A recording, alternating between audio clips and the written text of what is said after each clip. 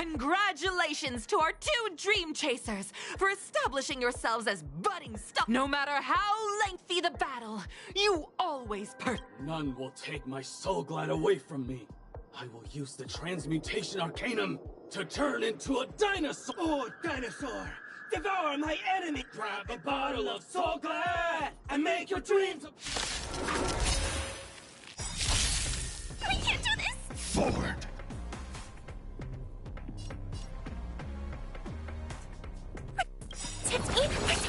Destiny's hand has truly So blessed me. devils! I'll crush them all!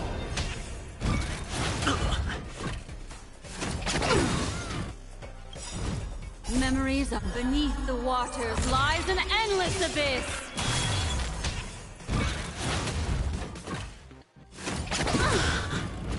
I'm on guard.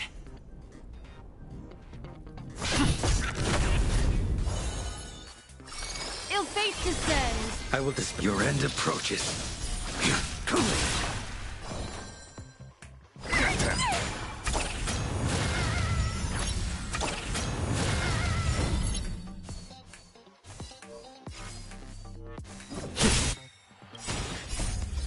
Lance! Forward! Destiny is apparent. Ill tidings manifest. A blade knows no mercy. Failed to send you. Savor it for me. I'm gonna hold everyone back again. Get them!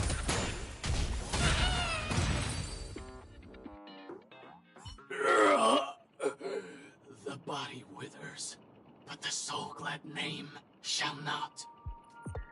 Ah! You truly are a beast! More than I can ever be.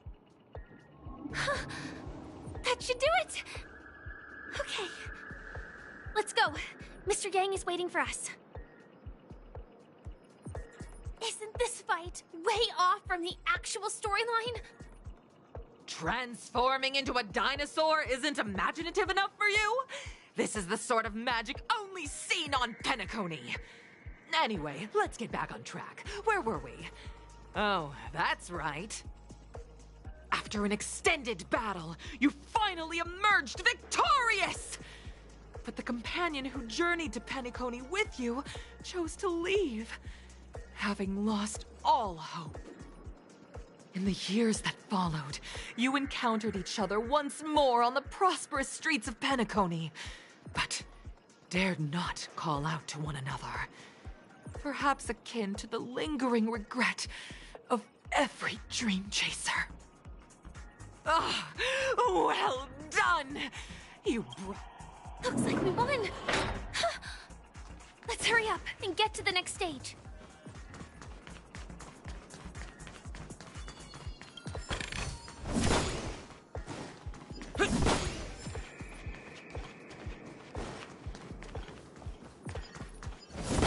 Will of preservation!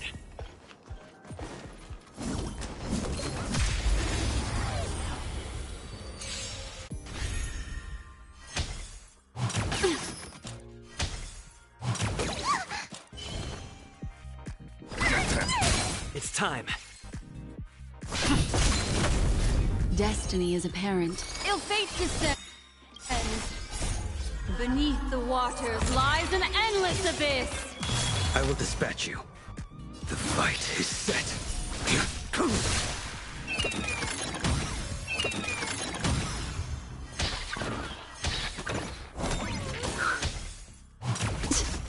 I'm scared. Stay put! Get them!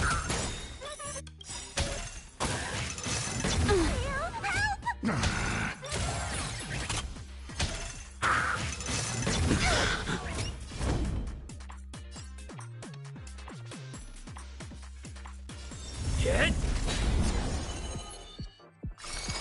Ill tidings manifest. You impede me.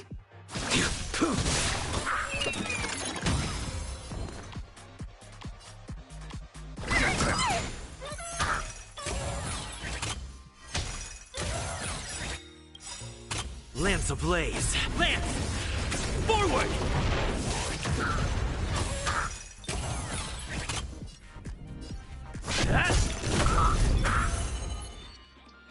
shall fate descend? A blade knows no cure. Failed to send you.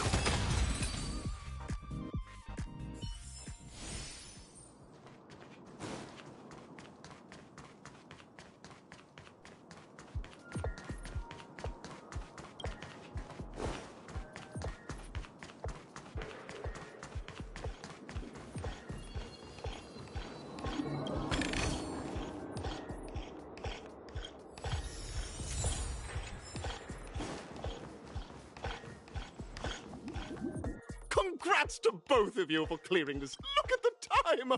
That red hair can... You'll find out eventually, but only if you clear the next test first. Well, you have the option to choose gunfire and undergo... And now, make...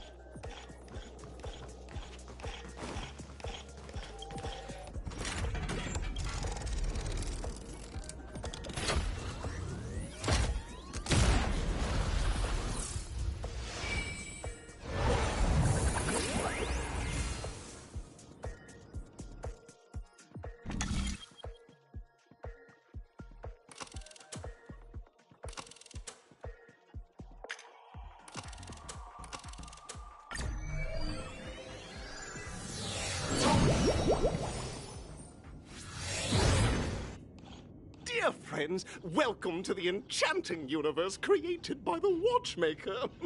Awaiting you is the morally. It is said that these cartoon characters will enter into the world of Hanu via... If it's a gunfire trial, we should be...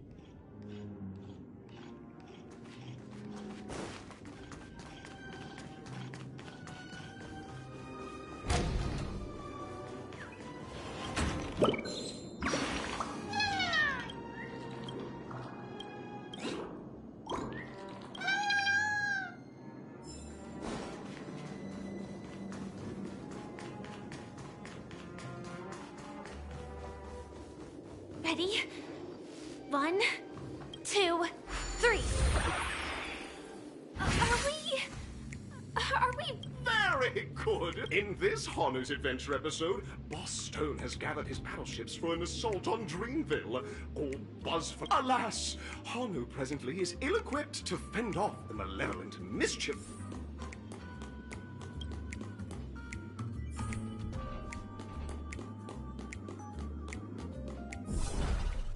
Oh, brave Hanu, you look like you could really use some help.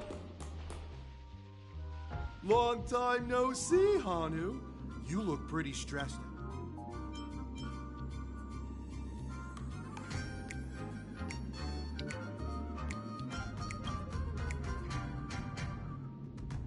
Oh my! Are you telling me that Boston... Listen closely, Hanu. I'm aware, but you know what? You'll have to play an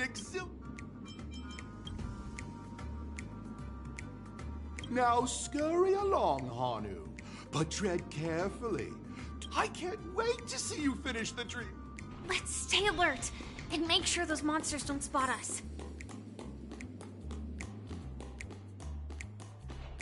Look up there!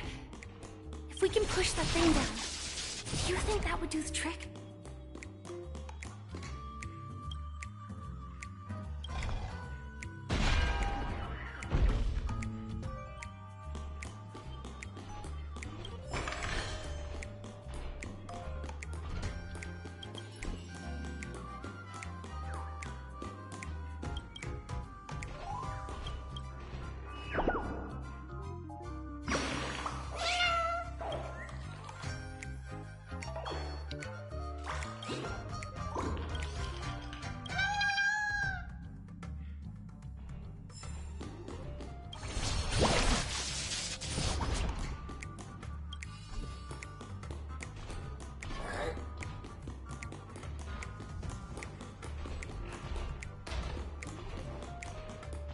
Finally, that's all the jigsaw pieces. Let's hurry back.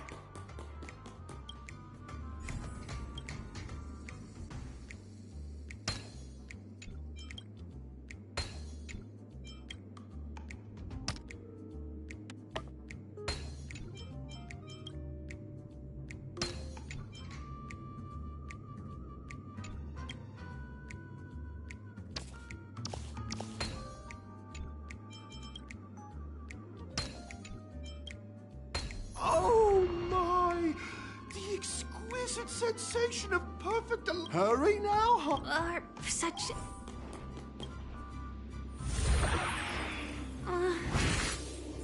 Disconnecting from that thing so suddenly has left me feeling slightly disoriented.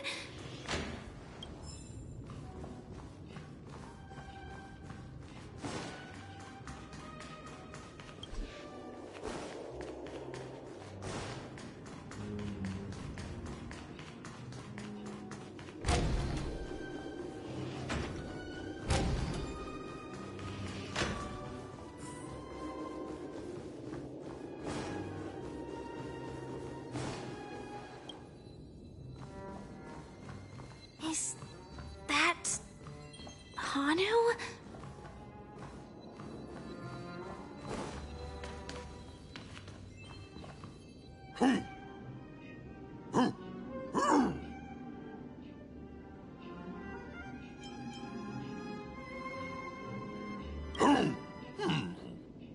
What exactly is he talking about? Tick-tock! It's time for me! Clocky? I can... In Dreamville, Clocky is everywhere and can do anything! Hanu says, battle! The enemy is at our doorstep! And we have... Touch that suspicious-looking TV right now! So they just jumped inside that... Sheesh. Logic.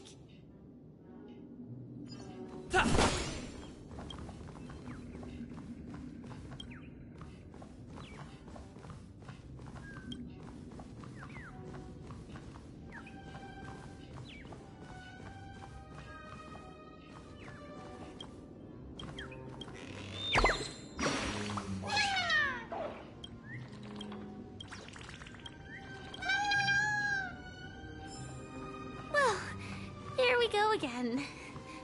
Ready?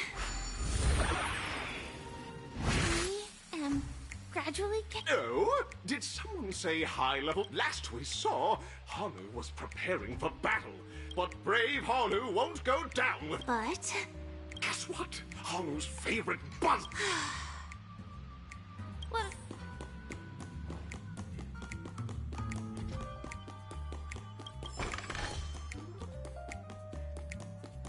The storage room.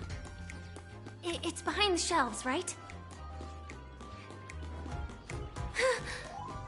He wasn't lying.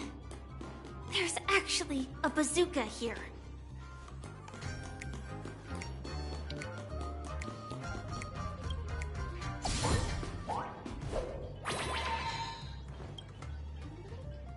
Now we should have a way of dealing with those baddies.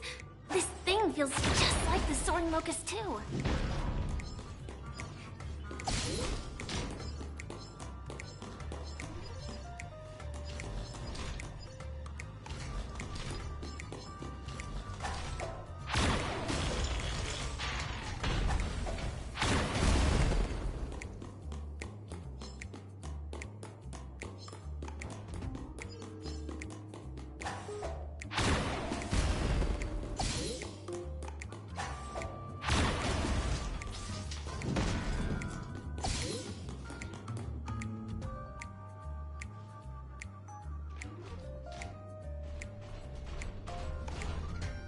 Careful.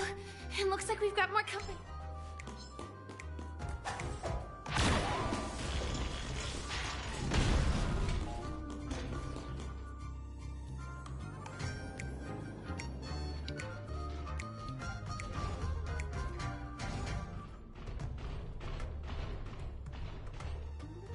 Here we go again.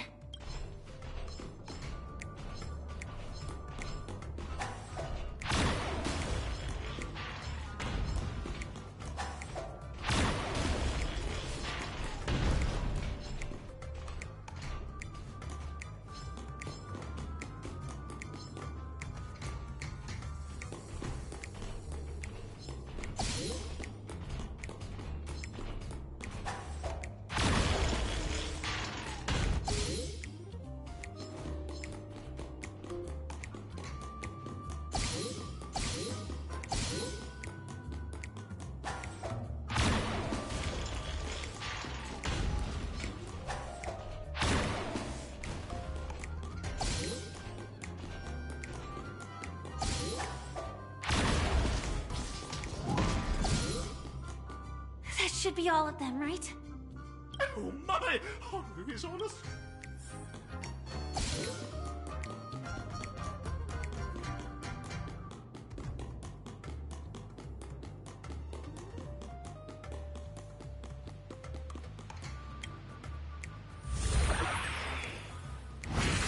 Well, that's that.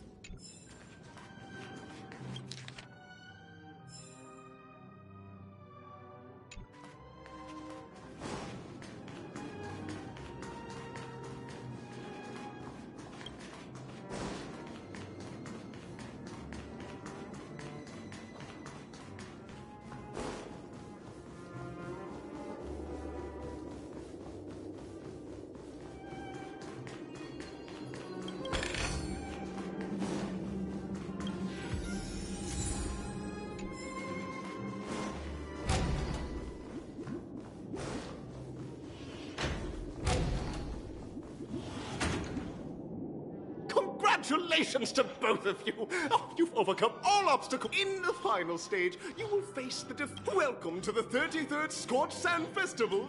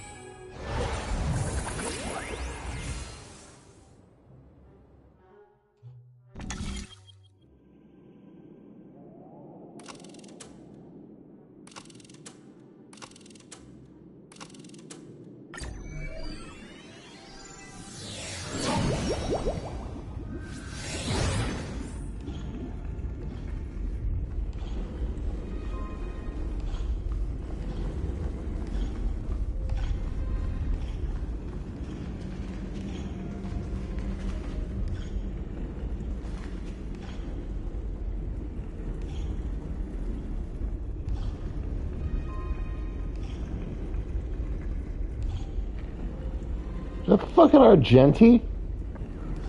Oh, hell no.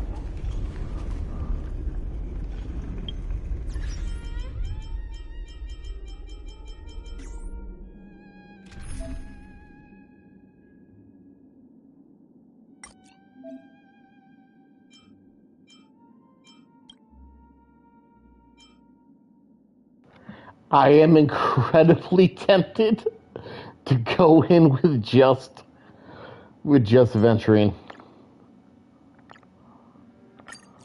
Let's go with you and you and you and you. Except we're gonna swap you and you.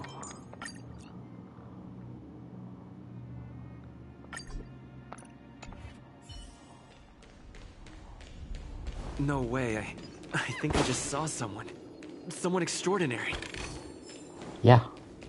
Yeah, he is. Make a wish. Get some of this, get some of this.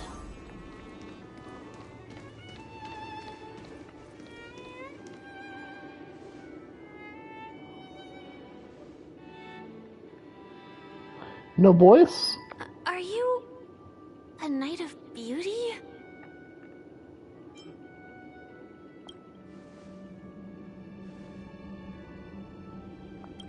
Well, no voice.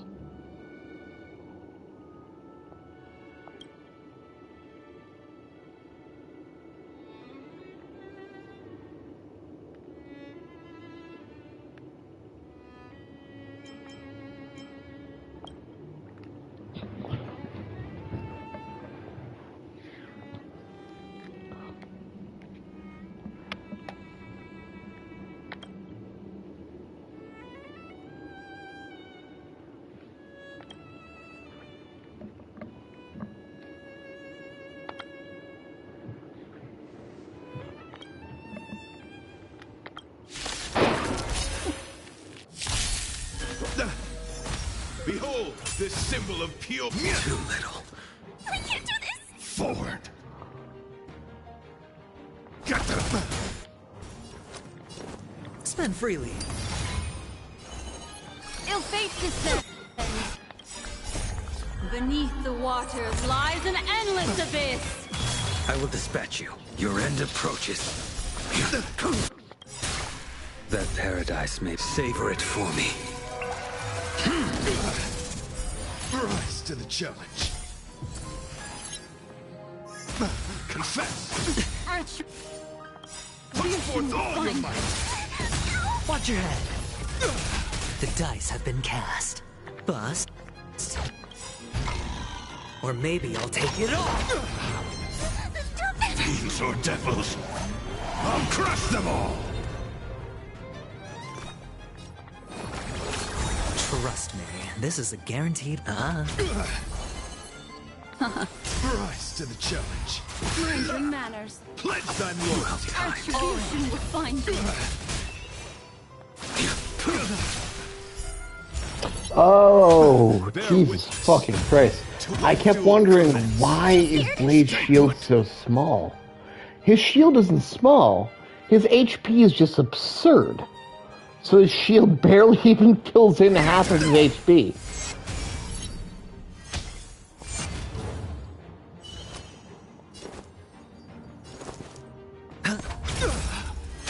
Confess. Put forth all your might. Watch your head. Ill tidings meant. Best. Beneath the waters lies an endless abyss. All in. The dice have been cast. Bust. Honestly, it's the same Or with maybe I'll Guoho. take it all. I got her HP so high. A blade knows no mercy. Failed to send you. That paradise may savor it for me. The finisher.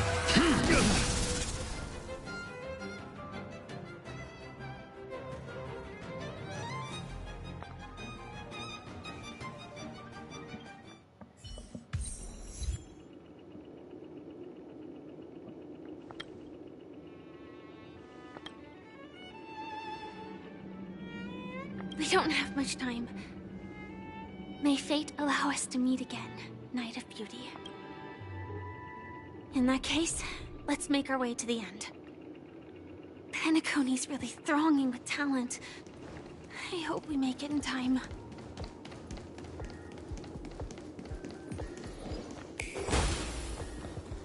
I wonder what Arena 2 would have been.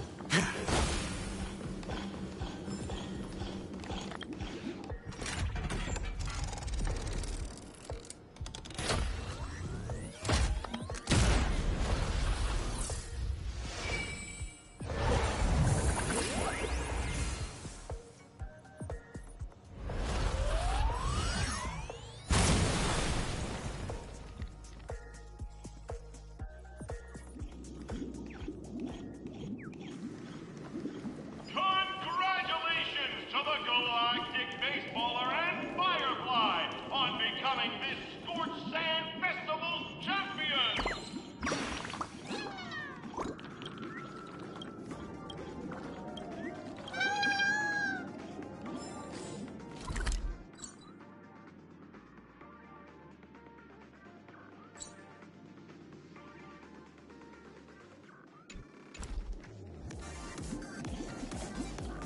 I hate that I might have missed a bird somewhere.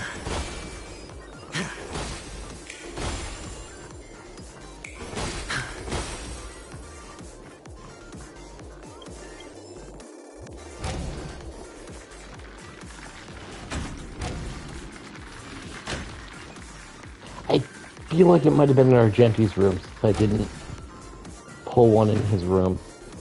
Not gonna hurt to go back for a second check.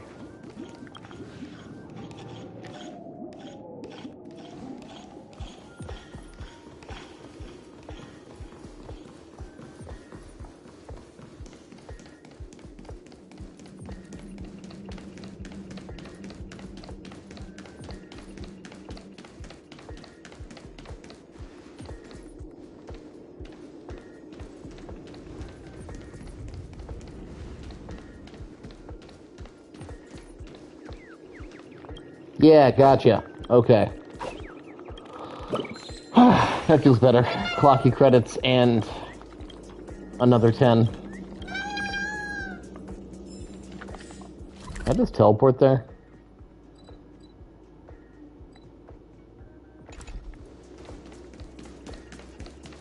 I feel like I could from the next room.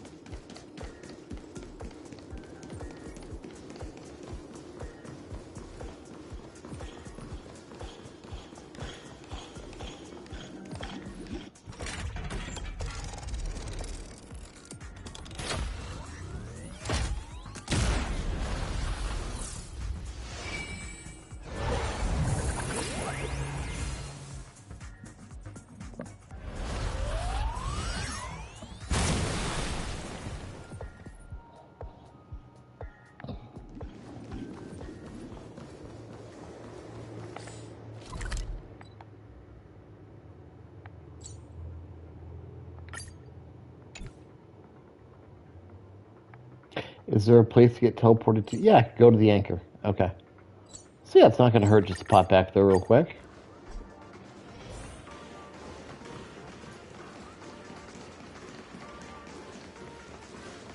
Feeling lucky. Feeling lucky.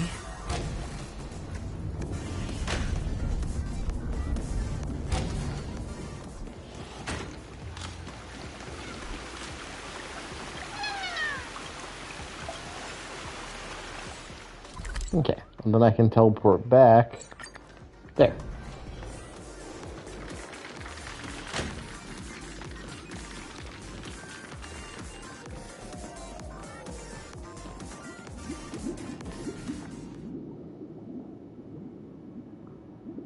Congratulations to the both of you on becoming the festive superstars of this year's Charmony Festival.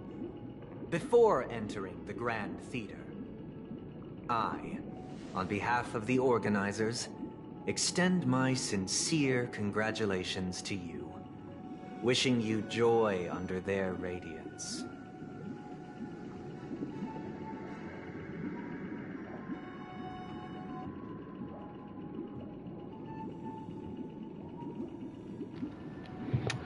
Yeah, bro, what happened?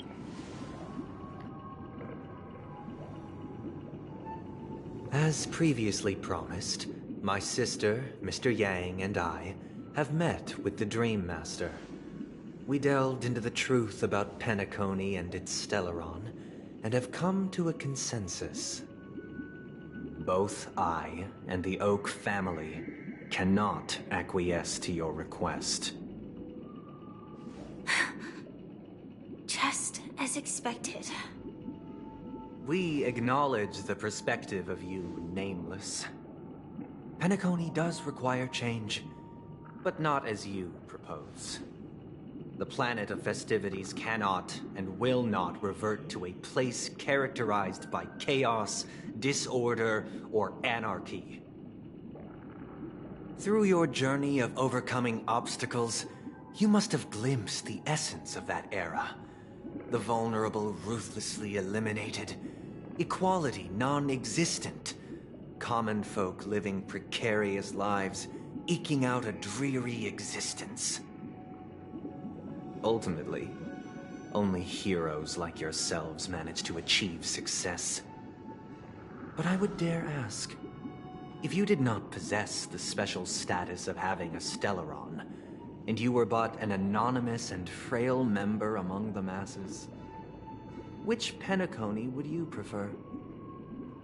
A dystopia for the survival of the fittest, or a sweet dream paradise for all?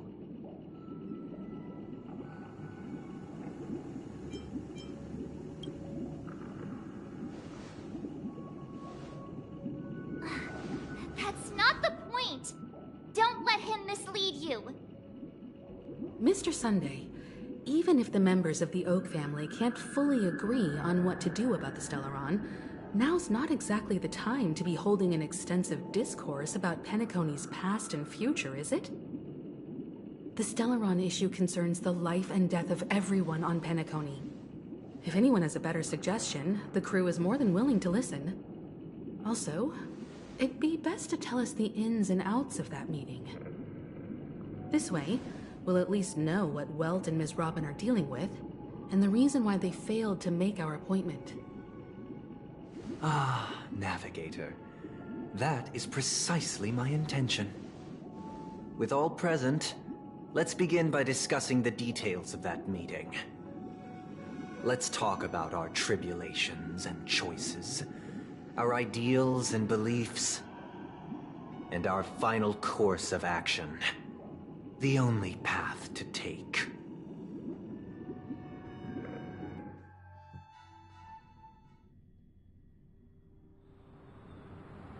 You mean to say that for the longest time, there have been scoundrels who would use the Charmony Festival that I have been that's the birds have been watching us all the time, the whole time. That's the Game Master, Dream Master, and the Dream Master uses person as puppet. Indeed, Dream Master. Once the Charmony Festival begins, the Stellaron's powers, along with the song, will be broadcast across the entire planet of Penacony. And then everyone in their dreams will be unable to awaken.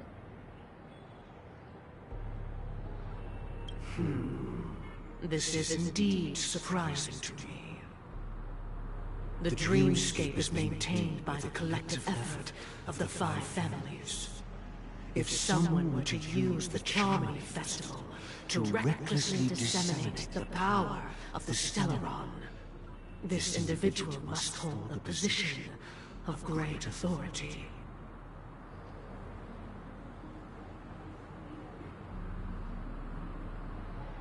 Do you have any suspects?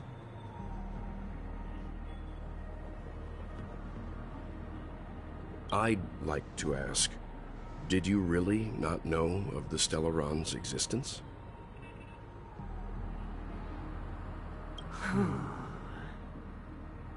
I would have never thought that this nameless would point the spear at me. Quite astonishing indeed. If I have offended, the Astral Express extends its sincere apologies. But the current circumstances are dire and leave no room for meticulous inquiry. We're doing this out of concern for the Dreamscape's safety. So, if you could, please alleviate our concerns. Dream Master, it's just to prove that the Charmony Festival has nothing to do with the Stellaron. If we're being overly cautious, I will return to the stage to offer tribute in song, just per the arrangement.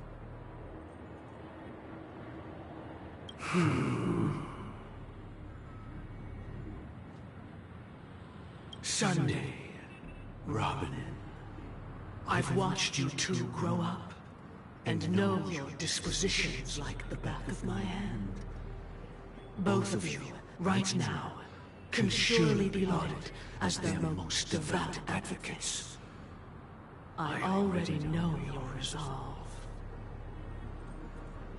The magnitude of this matter is enormous and cannot be taken lightly.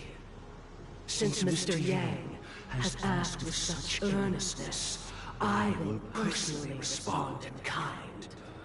If there is a need, the entire Oak family will be mobilized to heed your call. Someday, might I ask you to beseech them to cast their light unto me, and question me in their stead, so that no lies may be concealed? I will do as you command. Robin, could I entrust you to be present as a witness, to document the truth, and to proclaim my innocence, so that all slander may be utterly dispelled? I will do as you command.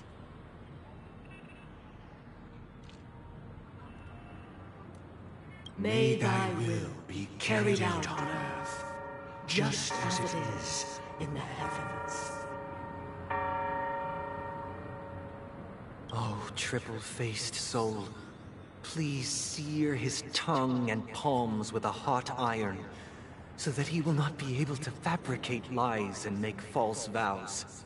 Let us begin. There is nothing else to prepare. Understood. Question. Have you devoted your life to your god, never worshipping other gods? Naturally. Do you love your god as you do yourself, always heeding their admonishments? Naturally. Have you strayed from the path expected by your god, betraying their name? Never. Okay, now I'm just wondering, like, who's their god? Is it not Sheepy? Have you ever been inordinate with your asks of your god? Coveting more He's than being, the like, foundation of the real creation generic itself? here. He's being pretty vague. With a capital G. Then, a final question. Who is your god? Do you swear to fulfill all vows, past, present, and future? With the Eon as my witness, if I do not deliver on my words, or if I renege on my vows, may I be cursed in accordance with divine law. They have seen your faith, and have endorsed your faith. With this, it can be evidenced... Just a moment. What is it, Mr. Yang? I have another question I hope to have answered. To my understanding, the family's harmony and prosperity have never relied on so-called divine laws. The god you both mentioned, are they truly Shipe? Hey, there he is. Mr. Yang should know that those belonging to the family toil together as if they were kin, embracing solidarity and unity under their light. All duplicity is laid bare before the harmony. Such a delicate and complex symphony. Which other god could perfectly harmonize this, if not for the great one, Shipe? Perfectly harmonize. Therein lies the problem. It isn't an outsider lurking in the shadows who changed the harmony, but a dissonance that has surreptitiously emerged from within this very symphony itself. In the distant past, there existed an Eon. With one flick of the wrist, they crafted the laws of the cosmos. Their followers formed the Beyond the Sky Choir, spreading solemn and reverent hymns throughout the universe. Later, they fell. The route traversed by this Eon clashed with the harmony, ultimately being absorbed and fused into it. The chorus that once reverberated across worlds fell silent, and when it echoed anew, it was transformed into the hymn of harmony. Though an Eon may perish, paths with no masters still linger. In the all-forgiving harmony, echoes of bygone dissonance may subtly arise.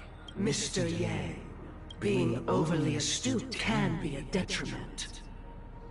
Especially when you find yourself alone and without allies. So this is how it is. For the sake of our grand cause someday, please afford these two an opportunity to rest. What?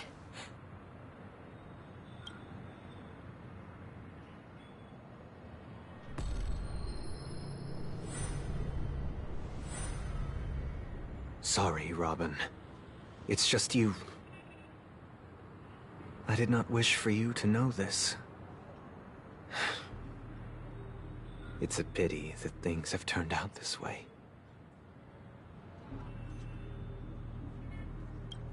So, this is the true reason I can't sing? The shadow that envelops Penacony is actually... We were never children of the Harmony. Our ideal paradise could not have been crafted by Xipe. True bliss can only be guaranteed by the one who transcends the many. Within the foundation of law, humanity establishes I don't civilization. think I know what Eon this is. I'm not sure if I've met one that got gobbled up by Harmony before.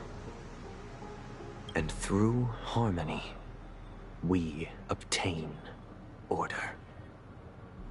Oh, never mind. Unbelievable.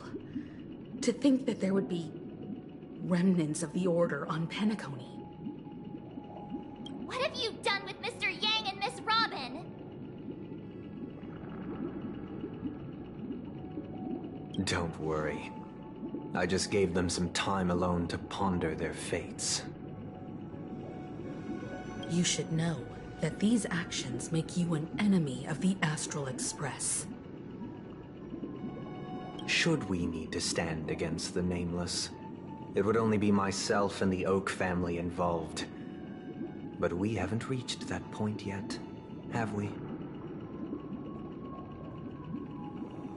Your efforts for the justice of Penacony are evident to everyone, and have been widely observed.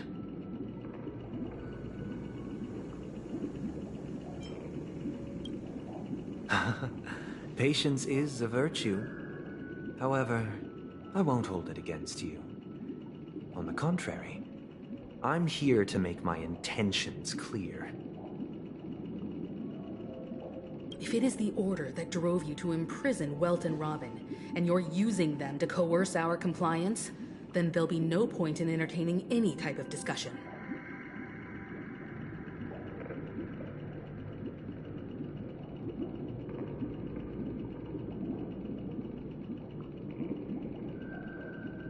You're mistaken, Miss Himiko. They are in very safe hands, and just as the family has always proclaimed, no one can be harmed in the dreamscape, least of all in the beautiful new world belonging to the Order. Penacony and the entire universe have witnessed far too much innocent bloodshed. The strong wield their blades against the weak, and the victors push the vanquished to the brink of life. Natural selection. The world abides by this principle, establishing the well-being of humanity atop the corpses of the downtrodden. Only we, or rather, I, possess the power to put an end to this farce. So you've decided to resurrect a dead Eon? No one's ever done such a thing. If Miss Himiko is interested, let's draw back the veil and speak candidly. I'm willing to divulge the unembellished truth as to the intentions of the Order's Pathstriders, so that you will make better judgment for the Astral Express, for Penacony, and for this stretch of the universe. Words can hardly do justice to the beauty of that ideal. So, come with me, everyone. Let us retrace our steps and see once again where this road leads. Huh? Where'd he go? Welcome. This isn't any location in Penacony's dreamscape. It's my inner world. The reason the scenery before you remains unchanged is because your consciousness has drawn on similar concepts to fill in the gaps.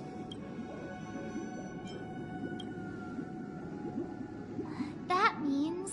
Did you do the same to Welt? It's a tuning process. Stronger in effect and more draining on the mind. The gray-haired guest has experienced it before, so he should understand what it entails. Tuning allows you to intuitively grasp my feelings, which also means that I cannot hide anything from you. Now, everyone, please look at the huge screen. The road we once took begins here. From this point on, you will witness the numerous decisions I've faced. I've selected a portion of these Oh to my share fucking with you. god. I'm Although not after here going for your through talk, similar man. predicaments, you'll be able to better understand my thoughts. Let's begin. The first decision. A story about a baby bird. This story happened when Robin and I were very young.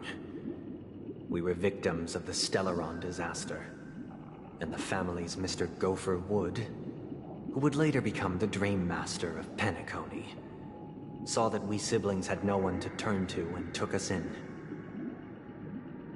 Later on, Robin and I lived a time with nary a care in the world. One day, after dinner, while my younger sister and I were lounging about in Mr. Gopher Wood's yard, we spotted a fledgling Charmony dove all on its own. That baby bird was tiny.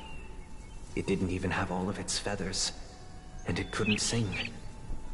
When we found it, it was already on its last breath, having fallen into a shrub, probably abandoned by its parents. We decided to build a nest for it right there and then. However, thinking back, that winter was unusually cold, with fierce winds at night in the yard, not to mention the many poisonous bugs and wild beasts in the vicinity. It was clear that if we left the fledgling in the yard, it stood no chance of surviving until spring. So, I suggested we take it inside, place it on the shelf by the window, and asked the adults to fashion a cage for it. We decided that when it regained its strength enough to spread its wings, we would release it back into the wild. The tragic part, something that we'd never considered, was that this bird's fate had already been determined long before this moment. Its destiny was determined by our momentary whim. Now, I pass the power of choice to you all. Faced with this situation, what choice would you make? Stick to the original plan, and build a nest with soft net where the Charmony dove fell. Or build a cage for it, and feed it, giving it the utmost care from within the warmth of a home. I eagerly await your answer.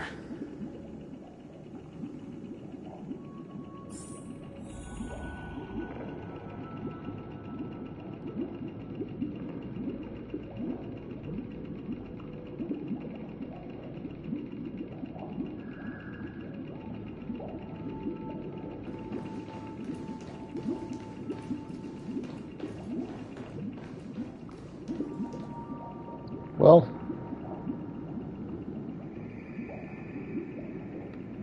bird's fucked anyway, so might as well give it a cage. But at the same time, fuck this guy. I want to agree with him.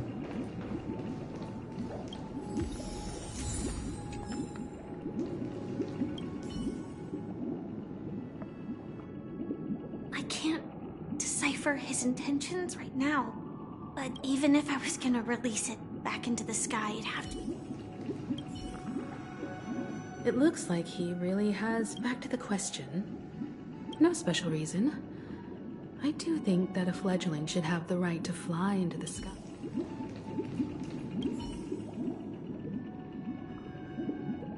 That guy just casually threw... If it were me, after all, leaving it there, it's...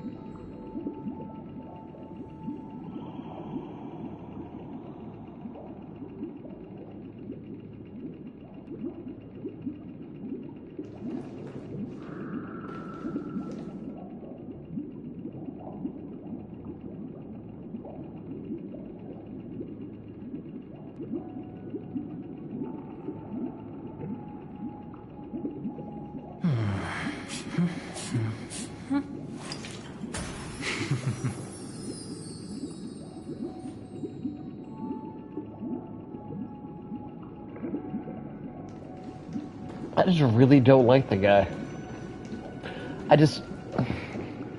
If we talk about building cage, he's gonna be like, yeah. And then we built the cage, and we nursed it, and it flew away, and then it ate shit, and ultimately it was futile. All our love and affection was for nothing, because it just died in the window, blah. Okay, I'm gonna do cage, but if he does act like that, I'm disagreeing with him from this fucking point on. I'm happy to see that you made a choice similar to ours. If your mind is made up, let me reveal the outcome of this choice. We passionately nursed it back to health, preparing only the best food for it every day. We even preened its feathers. Later, on the day that Robin left Penacony, we opened the cage door and let it fly back into the sky. I watched it for a long while by the window, probably about 3 or so days. In those 3 long days, the little Charmony dove tried again and again to spread its wings to fly into the sky, but fell to the ground, only to keep trying. Finally, on the 137th attempt, it succeeded. But its attempt did not go perfectly. After flying unsteadily for a while, it fell to the ground, unable to grasp the direction of the air currents. The fall shattered its wings. It writhed helplessly in my embrace.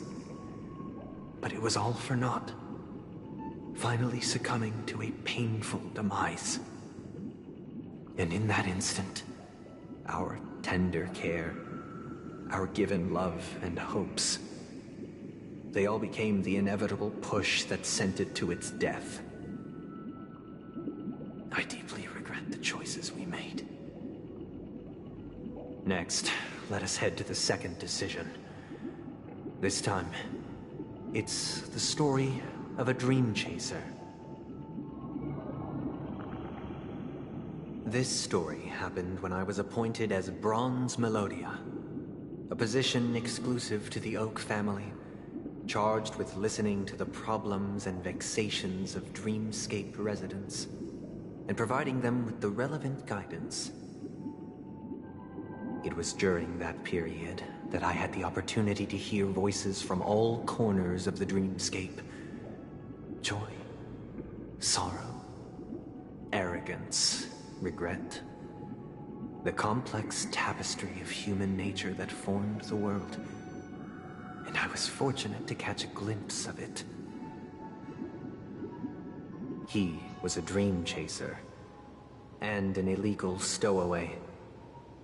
Just like the rest of them, he came to Penacony in search of a better life, except that, to most people, the price he paid, I suppose you could say it was everything. He told me I sold everything I could at home. The house, the land, even his 2 children. He said he could not afford to raise them, and that at least they could eat if they lived as slaves. He had a plan in place. He would buy back his children once he had made his fortune, and enjoy Penacony's beautiful dream with them. After hearing the Dream Chaser's story, I immediately appealed to the Bloodhound family to cease their pursuit. That way, at least he could live peacefully. But I was still too naive to the ways of the world. I did not anticipate that what I thought was a kind gesture would later lead to dire consequences. I'll tell you the outcome soon. For now, I'd like you all to make a choice. Will you do as I did, and try to convince the Bloodhound family to stop their pursuit? so that the Dream Chaser may live peacefully and realize his wishes? Or will you remain silent, leaving him to languish while the hounds are hot on his heels until his inevitable judgment arrives? I look forward to everyone's decisions. Who knows? Perhaps they might even alter the outcome of this tragedy.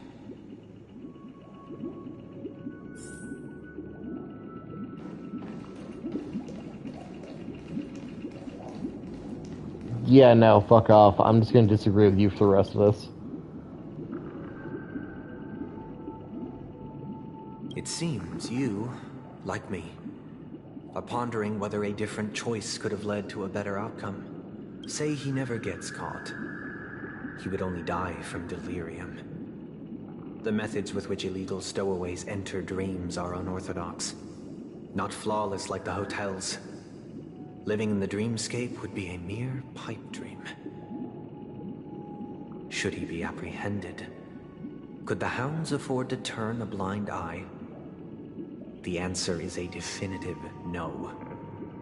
They couldn't bear the resulting consequences, and thus wouldn't dare extend a helping hand. As to your choice, I once again offer my heartfelt apologies. Next comes the third and final decision. And the story this time is my own. This story happened the day I was appointed the Oak family head. At that time, Mr. Gopherwood was the current Dream Master, and as per his wish, we had a private conversation. What surprised me was that the Dream Master had only come to deliver a letter to me. He let me read its contents, and it was a letter from my sister. The letter contained the usual pleasantries, anecdotes from her travels, nothing out of the ordinary. Just as I started wondering how this letter related to our discussion, the Dream Master began to speak. Do you know who wrote this letter? My sister, of course. But why would you personally visit me to hand me a letter from my sister containing mere trivialities? To help you grasp the full scope of this issue. Do you know where Robin is at this moment? From what the letter indicates, she must be in Caspelina 8, correct? She's touring there right now. Correct. Has she mentioned anything about a stray bullet? A stray bullet? What? A war has broken out on that planet. It is because of this very reason that Robin chose this destination. To spread the word of the Harmony. And to save the lives of that planet. She personally made for the front lines. She hoped to ease the people's suffering with song, and was willing to brave mortal danger to deliver the IPC's medical supplies. Unfortunately, stray bullets show no such compassion. Is she all right? If the operation was successful, she should probably be recovering in the field hospital. By the eon above, the bullet struck her neck directly, yet possibly as a reward for her consistent deeds of harmony. It didn't hit any vital arteries. Those damned savages! I'll pack my bags right away. Now you understand why she always wears such elaborate neck ornaments, don't you? How could this happen? Miss Robin. It's all in the past, so please don't worry. I share this in the meager hope that you will understand the Harmony's limitations and predicament. As grandiose as the strong defending the weak sounds, many times, it is nothing more than wishful thinking. Likewise, I've prepared one last question, one last choice. But rest assured, this choice will not have any grave consequences. Because this is merely a figment of imagination, a nightmare that has haunted me through countless nights. If you ever had the opportunity to make a choice like I did, would you still support Robin's journey on the path of harmony?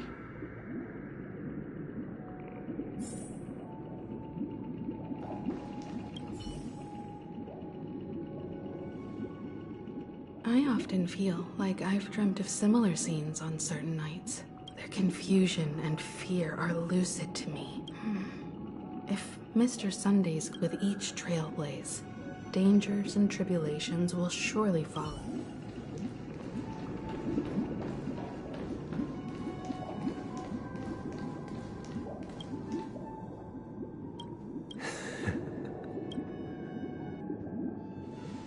I am now aware of everyone's stances. Raising these questions merely serves to illustrate one point. The plight of Penacony cannot be salvaged by the harmony. The true foundation for a sweet dream paradise can only be established through the order where the strong govern the weak. I know the suffering of being tormented, the turmoil of losing your way, how sorrow and even despair set in when matters don't work out. All of this causes me unending pain, because this is not what happiness is at all. We must teach the weak how to live a happy life, and this life isn't some noble propriety that the upper crust preaches, but in definitive terms, a way of survival that belongs to everyone. So what is your definition of living a happy life? Good question. Human consciousness is fundamentally an illusion, a cage known as self-worth. People lured in by this illusion make mistakes, yet still ask that external influences bear the burden. When one mistake after the next permeates the masses, they become impossible to trace. Thus, the amassing of these individual cages culminate to form a prison, a place dictated only by the rule of survival of the fittest. Nature is always accompanied by predation and sacrifice. Its antithesis is known as order. That is what I want to do. Unite people's happiness under the banner of order. They won't need to make bitter choices any longer, nor face the weaknesses of humanity.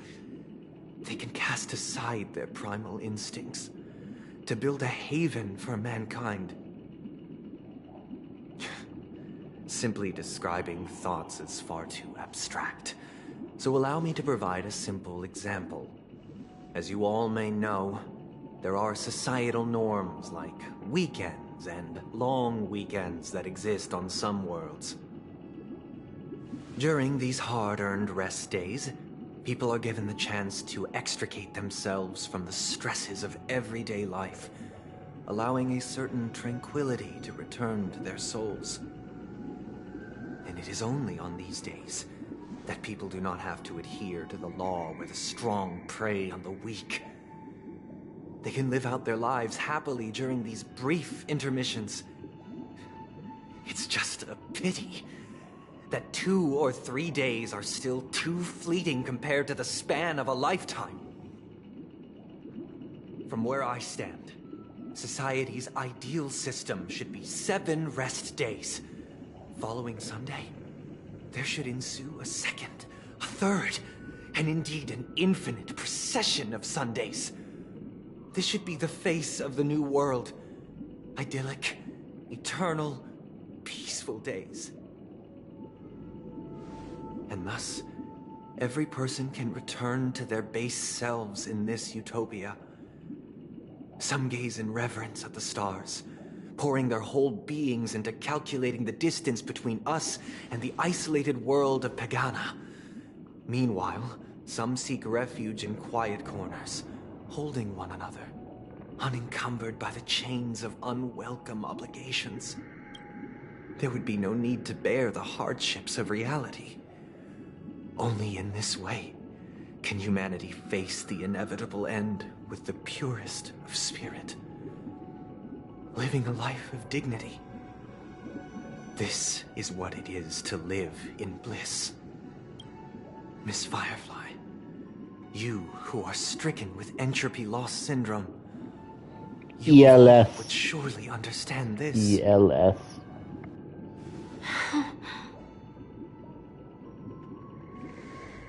It sounds like a flawless theory. But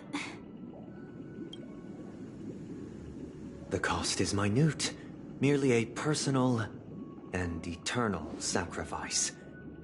If this paradise is to be maintained for everyone, someone must remain trapped in solitary wakening until the end of the cosmos. awakening. Which means that this so-called paradise is still a dream. Stepping into this paradise means forsaking reality, correct? It is not forsaking, but transcending. Flesh, blood, sorrow, weakness. If the physical is the root of spiritual suffering, it is only logical that we defeat it. But in this supposed bliss, people won't have defeated their demons. The chance to overcome their tribulations would be forever lost to them. In other words, it is an escape. That's another way of understanding it. But there is no shame in escape. On the contrary, the seeds of escape exist in everyone's hearts. Don't you agree, Miss Firefly? And as to why we sleep, it is because we are afraid to awaken from our dreams. But this is not in conflict with the grand plan. Only in acknowledging this can we truly understand the frailty of human nature, and from there, show compassion and protection.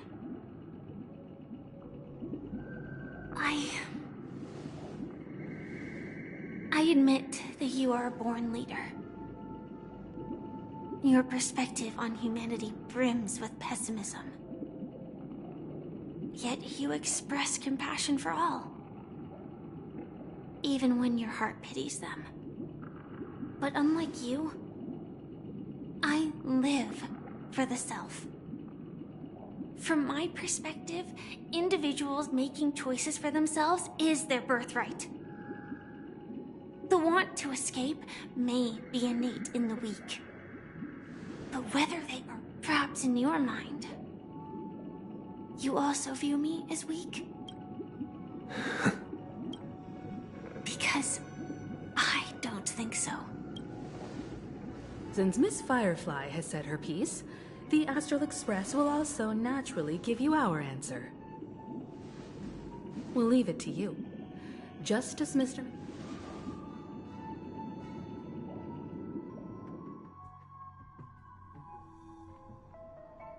What is this place? Does this place ring any bells, Misha? I don't know, but I feel a sense of deja vu. What is this place? It's the realm within a dream bubble. This was left to the Astral Express by a nameless, but weirdly, when we entered it, it was completely empty. Dr. Edward from the Dreamscape sales store told me that dreams are formed from memories, and a dream bubble can't take shape if its core is empty. So I thought you might be able to help us in unraveling this mystery, Misha. I don't know much about dream bubbles, but if you want to figure out what this mansion is, I'll do my best. I'm counting on you. Himeko, I still don't get it. Why were you so sure that Misha had a connection with this dream bubble? I wasn't sure. It was just a hunch. But since Misha feels familiar with this place, my hunch might be correct. Exactly. This is where you and Firefly encountered death, which we now know as dormancy. The question now is, who brought you here? We're drawing closer to the truth once more. Alright, but there are doors all over the place. Which one should we choose? I guess... maybe this way? I'm not entirely sure, but... let's give it a try.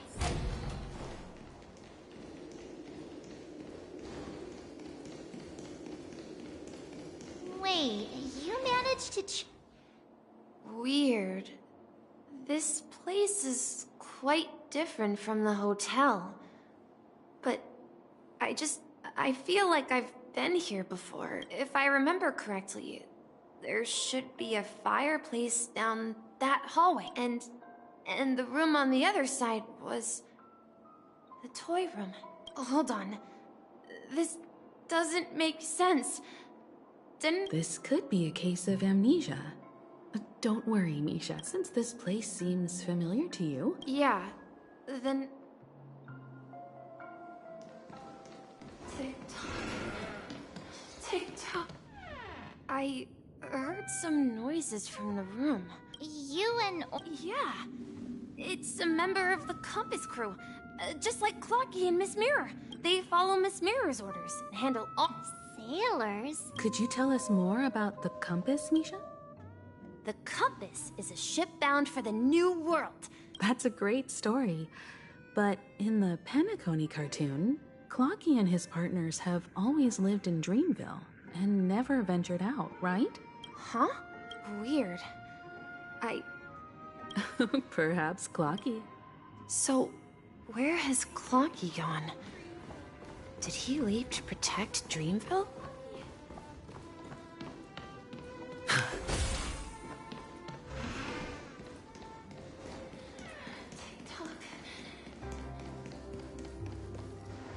Mikhail, that's the name. Now we all know him as the Watchmaker. So, who is he talking to? Do you know anything about it, Misha? I'm sorry. I don't know much about the Watchmaker. But, Mikhail... Anything special about... Mikhail is Grandpa's name. Grandpa? But we haven't heard anything about the Watchmaker having descendants. Could you tell us more about... Yeah, sure. He was a seafarer who fearlessly... He didn't want me to call him Grandpa, because that would make him sound old. Every time he came back, he'd share his logbook with me and tell me about his adventures at sea. I want to become a... It appears that the seafarer has nothing... So, where is your grandpa? He went off on a new... I think... I hear the sound of water. You once mentioned there's a magnificent fountain up ahead. Look, there it is! The water resembled every time I gaze at the Have you recalled anything? Yeah. He often said that there was more... Yeah. Hey, don't tease! I was just being a bit sentimental. Perhaps every adventurer far from home carries a fountain within their soul. Even though the other side... Yeah. While Grandpa was at home, we would stand by the fountain and place the compass, a toy boat that I made, into the pool. Back then, I would ask him when I could go on adventures like him, and he would always laugh and say I was still too young. It seems this Mikhail is truly a seafarer and has nothing to do with the Watchmaker. Yeah. Based on Misha's recollections, the scenes in the dream bubble appear to be his childhood memories. But this raises more questions. According to Misha, he was clearly born on an oceanic planet and led an ordinary life, with no connection to Penacony at all. Could this be some sort of... I'm sorry. Perhaps I'll... I wish to share your burden. We're going to the opposite side, right? No. We should turn... Huh? Something feels different. Up ahead is... Grandpa's study. The atmosphere in this room feels totally different. Misha! You finally come! Clocky! You're here! Are those books on the bookshelf logbooks left behind by that seafarer? Yeah. What he described our world as a fount to ensure that everyone had land to settle on. He had to continue exploring the sea and search for the source of the rising seawater. On that day, he called me to his study, telling me that he was embarking on another journey. However, I could sense the gravity in his expression. It was the same look I had seen on my father's face before his final voyage. I asked him if I could go with him, but he said that my adventure lay elsewhere and told me to stay home and patiently await a certain sound at the door. What sound? He told me about a vast ocean in the sky. An ocean of stars. He spoke of a train that transports children with a desire to venture far away, traversing the sea of stars without ever stopping. He said that he knew the crew on the train, and that he had asked them to take me along. He said the journey I had always dreamed of would start there. A train? Could it be? It's the Astral Express. I remember now. Grandpa's friends are a group of nameless who came to this world to resolve a disaster caused by a star. Then, he gave his pocket watch to me. It was his cherished treasure, appearing in every one of his adventure tales. He explained that difficult times were ahead, but assured me that the watch would guide me. He said, as long as I kept moving forward, I'd eventually reach my desired destination. And then, it was as if I heard the distant sound of a train whistle, echoing throughout the room. Exactly, Misha! And then we followed that whistle, didn't we? Yeah. I think I can still find the way we took back then.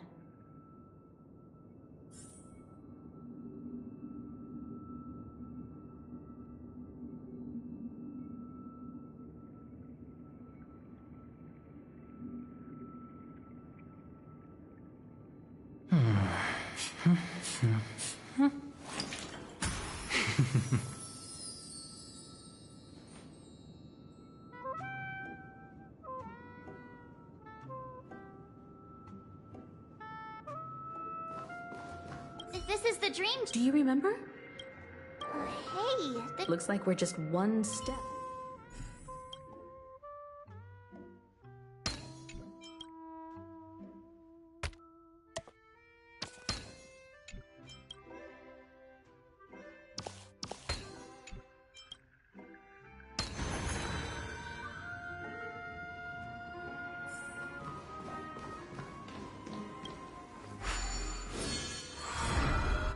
This is it.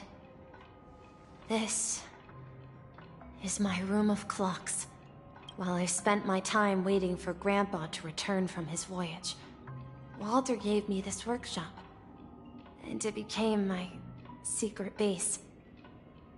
Here, I learned how to repair clockwork in gears, out of my fondness of precision mechanics. In my dreams, I was the captain of the compass, embarking on adventures with my companions, Clocky and Miss Mirror. So, yes, but this dream... Wait. Why does it feel like... March, do you remember when he mentioned a Clocky that only he could see? Yeah, the little guy here, right? But we all saw him in Dreamflux Reef, right? And Mr. Yang even greeted him. Looks like everyone on the Astral Express has a childlike spirit. The answer lies in the Astral Express. His experience shows that neither Firefly nor Acheron can see this Clocky. And when we were in Dreamflux Reef, you may have noticed that for some reason, nobody outside of the crew had ever talked with Clocky.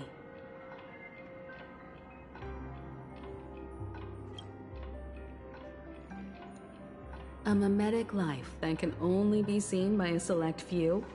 It's just like a hidden message, left by someone for the nameless. But Misha can see Clocky too, right? They even grew up together. But Misha hasn't started the way of the Trailblaze yet.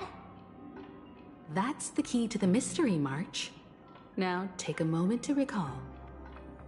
Have you ever seen anyone outside of the crew interact with Misha? Wait. No way! That's the answer, March 7th. This dream bubble is the place where I was born. And I'm a dweller in this dream. Just like a Memory Zone meme. I should have stayed here and waited for you. But when reality and memories merged, I unconsciously pushed open that door and left the bubble with Clocky. So it's not that the Watchmaker's dream bubble is empty, but rather the stuff inside ran away? And the whistle you heard, was the sound of the Express arriving at Penacony? That's one way to see it, but I believe there's a longer story behind all this. It's best for Misha himself to explain all the details.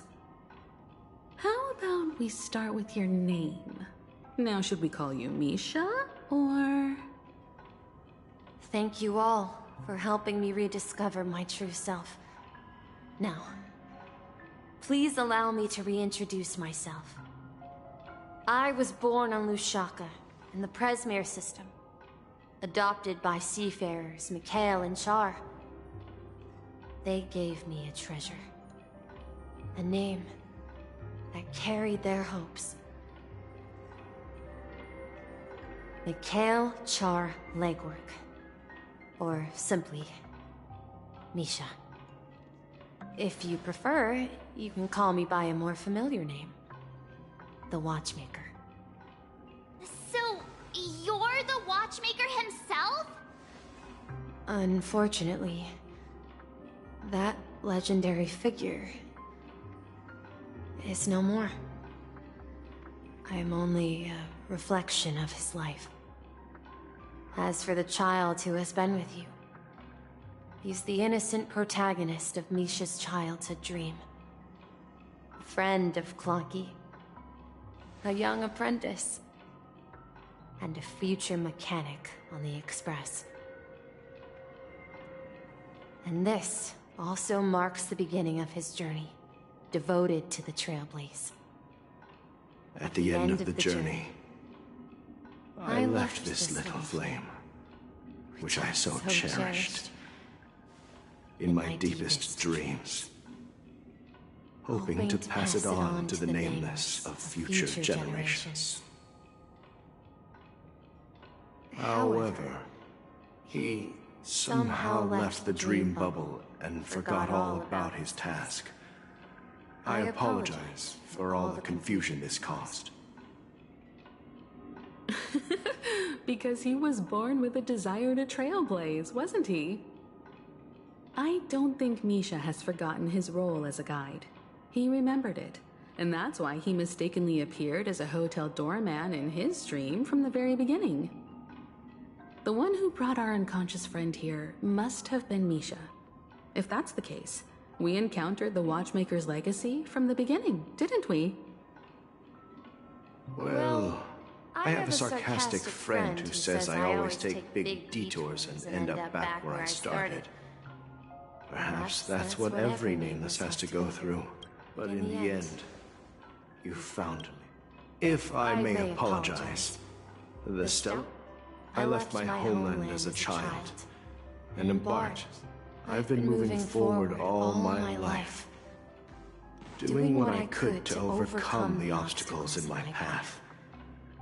So, if you ask what's left within this worn-out train engine that can be called a legacy, I suppose it's the things that are still burning in the engine's furnace.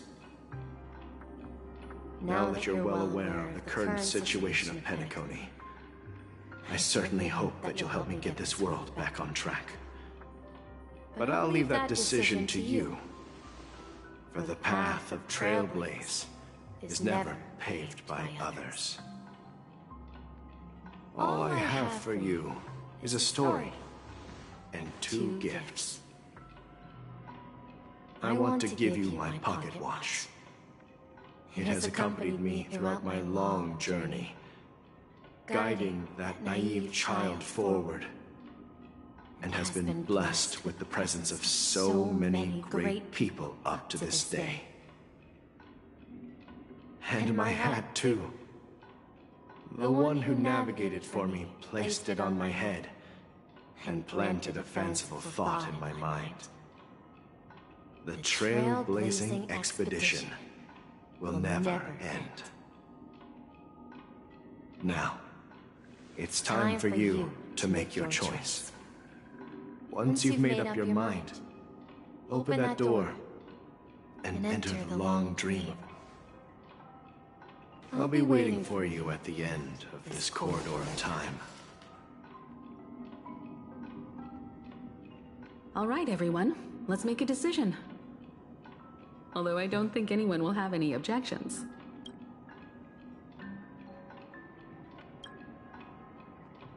Of course. We've come to... In that case, then let's proceed together to the end.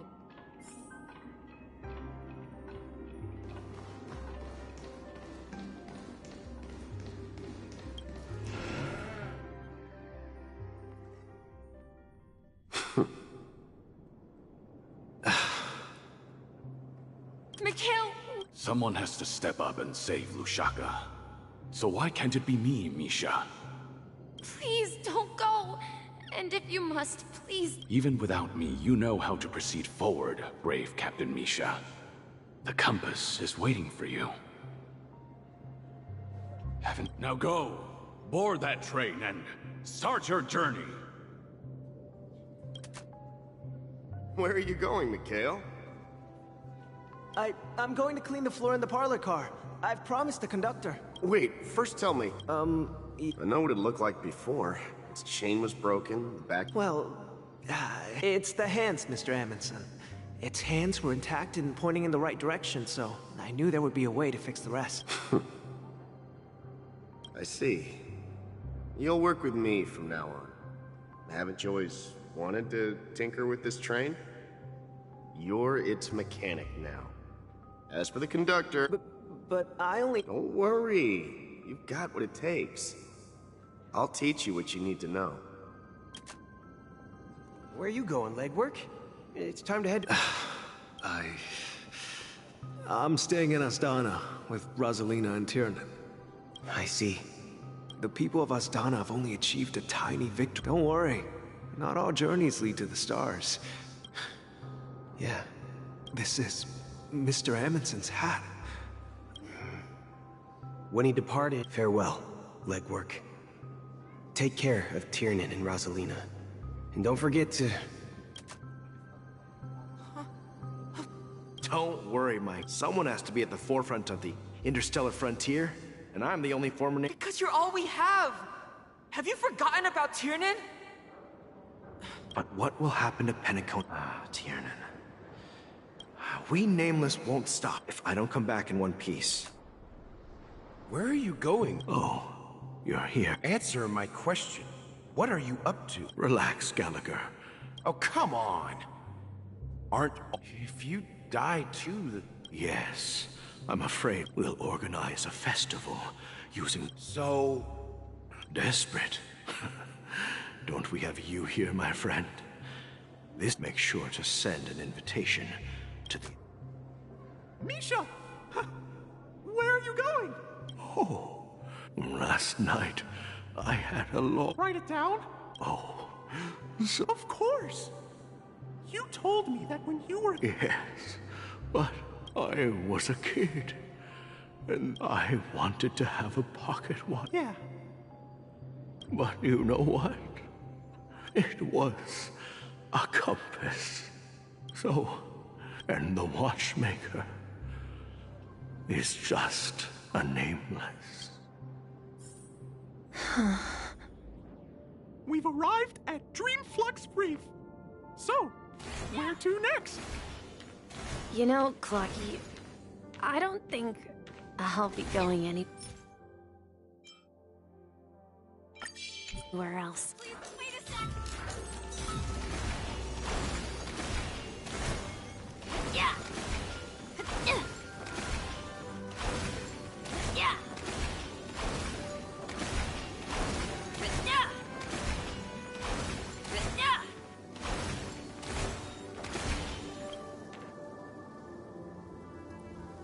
I've traveled far enough. It's... Oh. No, I'll stay here. And then... this is where it ends. This is... where it ends? What do you mean, Misha? You told me that the trailblazing expedition would never end. Yeah, that's what I said. So now, it's up to you to decide your next destination. My next destination? What's that supposed to be? I've been following you. Misha? You're acting weird today. If you're... No, I'm not feeling down.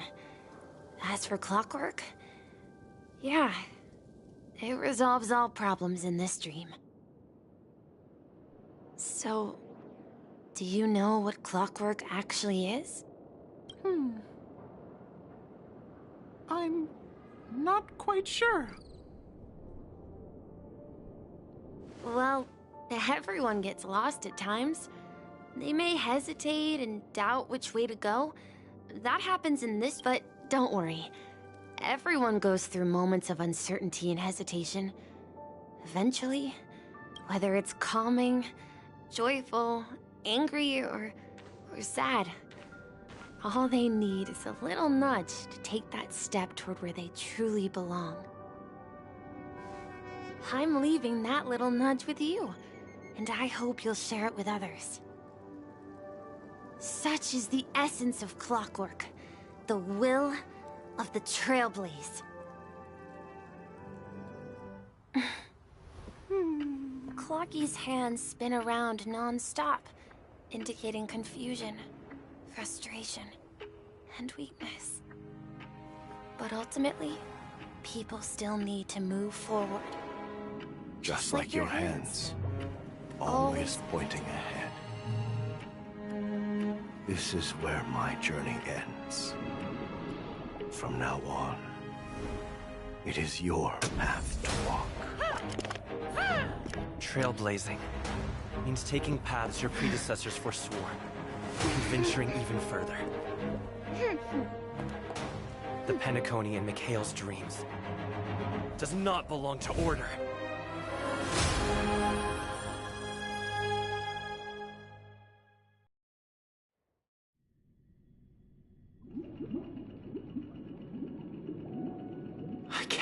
believe that Eon would cast a glance at Penacony at a time like this.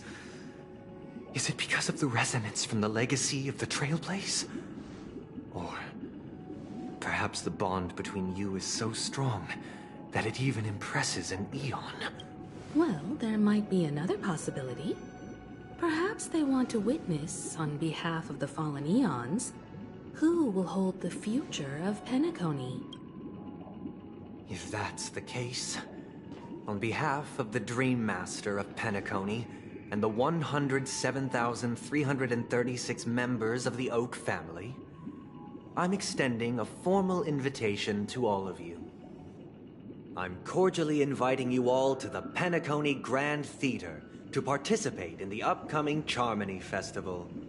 And, of course, since the future of the Stellaron, Penacony, and even the entire cosmos is at stake, if you truly believe in Akavili's path, then show me their courage and...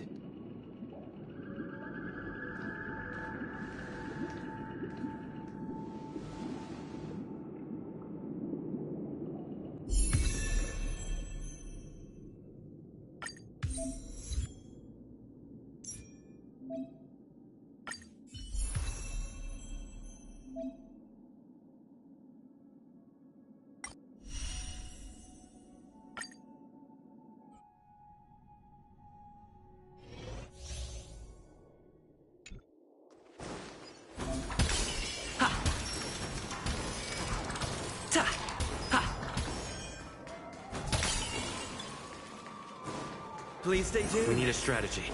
Please stay tuned.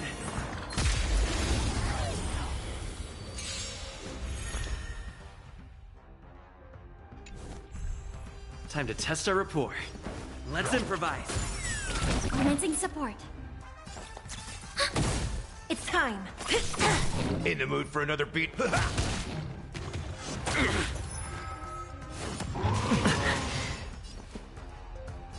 Dreams do come true. The mood is set just for... Let the show begin! Ready for another? Do you admit this crime? I need data so net markers activated. Time for a good old counterattack! That's all you got? How's this taste? Great teamwork. Nice like a good, my friends. Indulge yourselves! Let's improvise. It ain't over. It's time.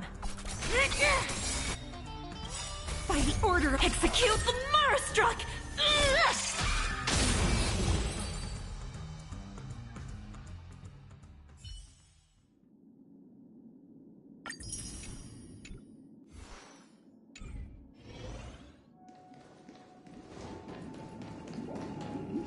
Does that mean he wants... I'm afraid so. This is weird. Well, in my opinion, I sensed a strong conviction. That's why he'll give it...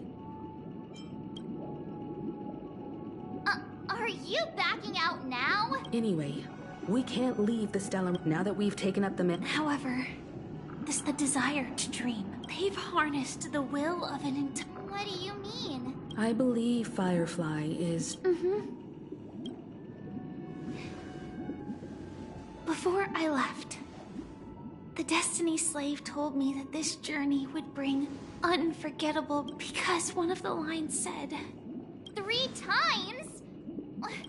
The first time was a painful death when I was stabbed by the Blade of Dorm. So now I've understood the meaning of my second death. And I am prepared to face it. Only by achieving victory in this battle can we secure a future for Penacony. And only then, my third and final death won't come true in the most terrible form. The most terrible form? Does that mean... the true death. Where everyone in Penacony loses themselves completely in the eternal sweet dream of the Order. We must do everything we can to prevent that. Have you made up? Yes. Otherwise, I wouldn't be here. Thank you again for your assistance for the Astral Express. May we meet again, in reality. Yeah. Farewell, everyone. May your trailblazing expedition never end.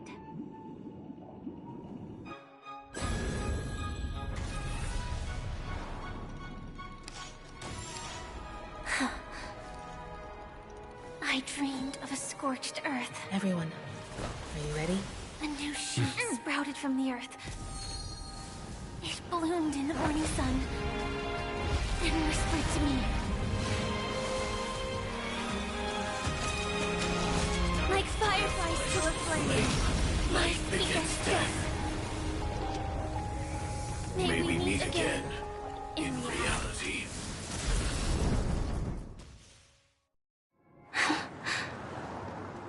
After today, Japella's name will disappear from cosmic history, and the Everflame Mansion will take its place. In the not-too-distant future, you'll receive an invitation. That's your next stop. Land of the Dreams. Penacony. I hope you find whatever you seek there. Be it answers or salvation. You mean my 3 deaths? Silverwolf told me about it. It's such a shame that it's not part of my script.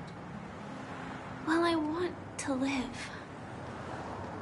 People die. We have to choose. Do you exist? Are you not the same, Blade? If I were to die now, though its definition escapes me, the tombstone that belongs to me once bore the inscription. It will bear the name Fire.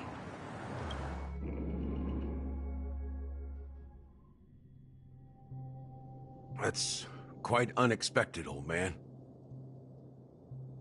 Who would have thought you're crazy? I can sense that this false, sweet dream is coming. It's a shame you won't be able to see it firsthand. Maybe I won't either. Yeah, not just those nameless. Even Mr. Wings is just like you. But in the end, we managed to do it. Well, I don't know if... Then I'll be joining you soon, Let's get together and have supper again. Oh, here's to you. A glass of hello and goodbye, Trailblade, to the imperfect.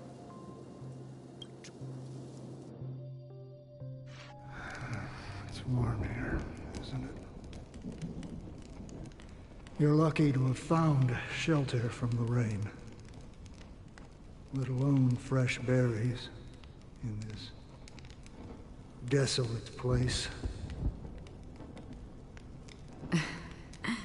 I was just following the scent of life. It's particularly strong in a place like this.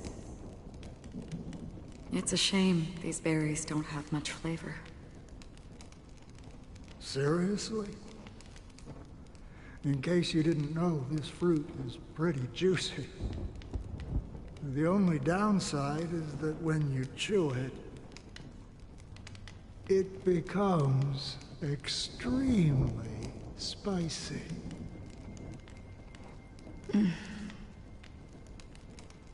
Have you lost your sense of taste? I can still taste certain things, like a faint sweetness.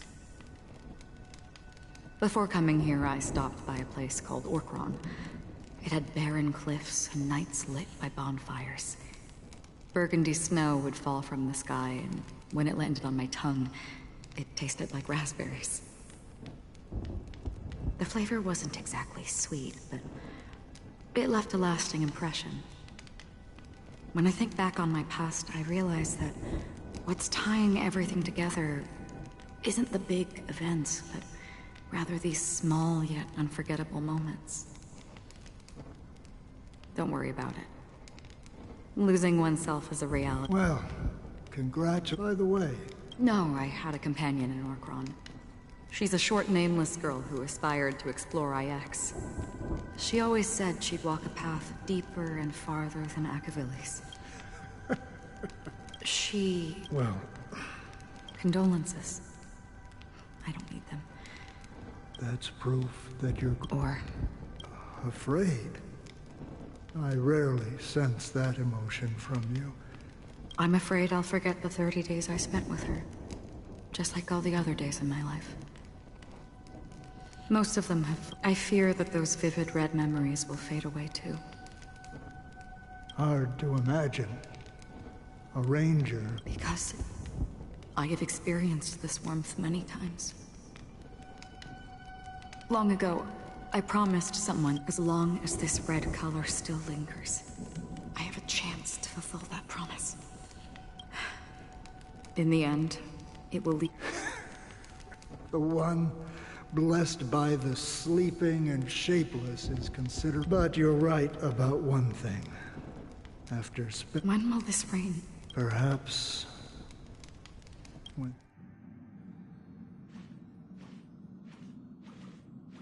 Have you heard of a planet named Biari Scamandros, Don Hung? It's one of the half an amber era ago, the family held an unprecedented festival there. And after that, everyone on the planet became part of the family. Do you think the same thing will happen on Penacony? Yes. Or how else can we explain it? The family deliberately used the Watchmaker's invitation to keep all the Pathstriders here, but banished the Emanator of the Nihility. Because of the Nihility, I'm rarely affected by the power of other paths. But somehow I can I would disagree. Biari Scamandros is not part of the credit system or connected to the Silver Rail. It's nothing more than a remote civilization sheltered by the Harmony. But Penacony is different. If the family messes with Penacony, that would be like declaring war on almost half of the factions in the cosmos. They have no reason to do that. No, they don't. If they truly serve the Harmony, that is. What do you mean? The path in Penacony is impure. The Harmony here has impurities. Do you remember the Ancient Swarm disaster? 2 paths lost their eons in that war. The Propagation and the Order. Shipe, the Harmony. Legend has it that they participated in... Holy forgaroni. So you're saying that the 2 leaderless paths Forgaroni. are working behind the scenes? But I don't see any descendants of the Propagation in Penacony. Could it... I can't say for sure. Holy wabba-boo. Now, this is getting way too complicated. Is this what... The Charmony Festival will start soon. I have another plan.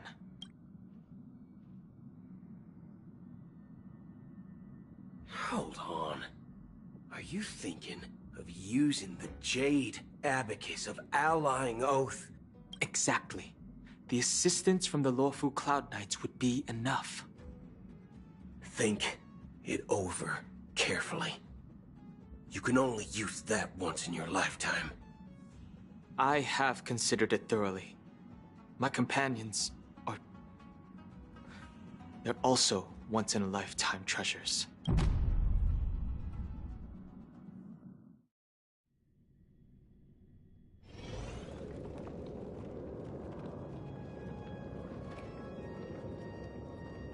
Are you the only one here, my child?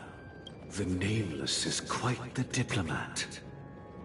Our secrets have spread like wildfire within the family. And IPC starships are gathering towards Astana. This is a crucial moment for us.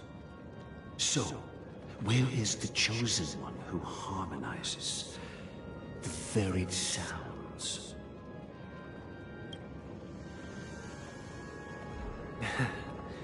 What do you mean, Master? I'm right here in front of you, aren't I? You know, she was supposed to be the star of the Charmony Festival. in our plan. But the plan has changed. As her brother, I know she doesn't want to sing for the Order. So I'll take her place. You've always been wise beyond your years. I'm sure you understand the consequences of your choice. If you consider this... Well, there can't be two sons and... Do you believe in... If karma exists, then everyone has their own karma. You have yours, and I have mine. And my karma has nothing to do with you, Mr. Gopherwood. All right. Since you're willing to sacrifice yourself for her, I'll grant your wish.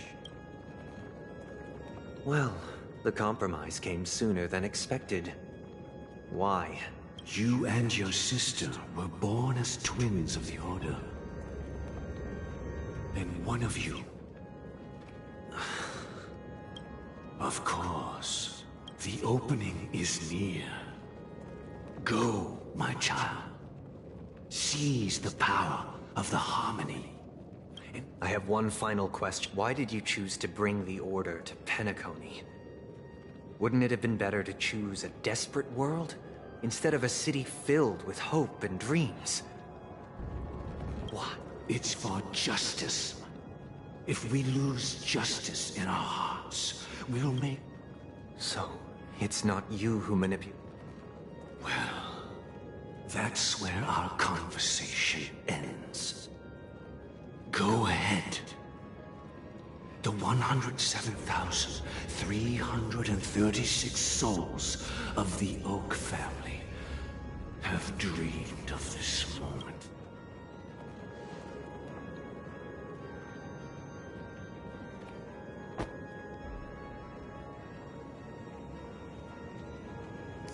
That bird's dead. I shall ascend to the heaven. Bathed in my light, my people shall flourish, while all evil shall be eradicated. This is the interior. It's quite exhilarating to be flushed into the air by soul glass. And not only that, Yeah, I want... Let's explore...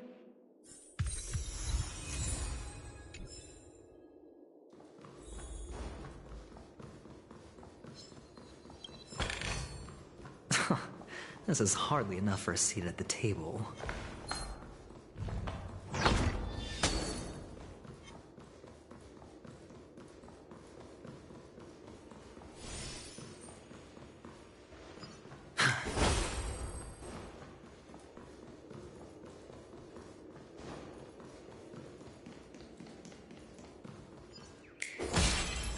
Gosh, the atmosphere here is so creepy and unsettling.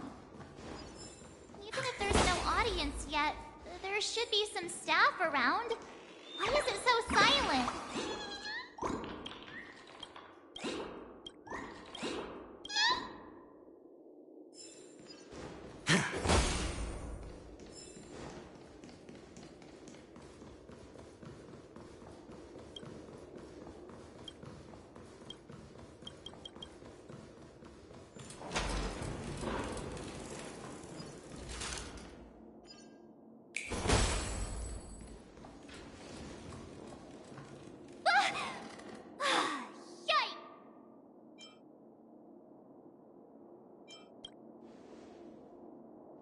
What?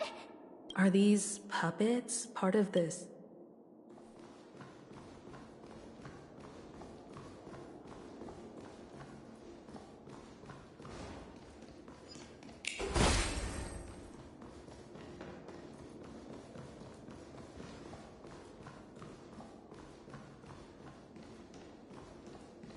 I'm seriously scared that...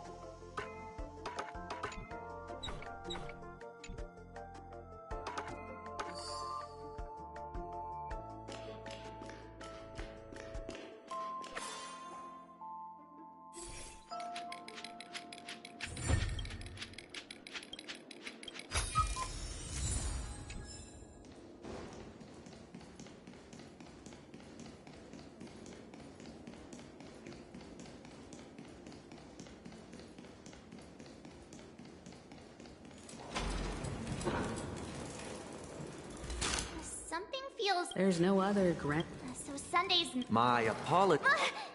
I'm waiting for you behind the curtain. Following the Asdana history is a myth within it. Naturally, the future takes shape. Let us commence with the dawning of the world. After the Dusk Wars, darkness veiled the sky, and chaos consumed the earth. Enna the Order emerged, destined to restore all existence. That marked the first day.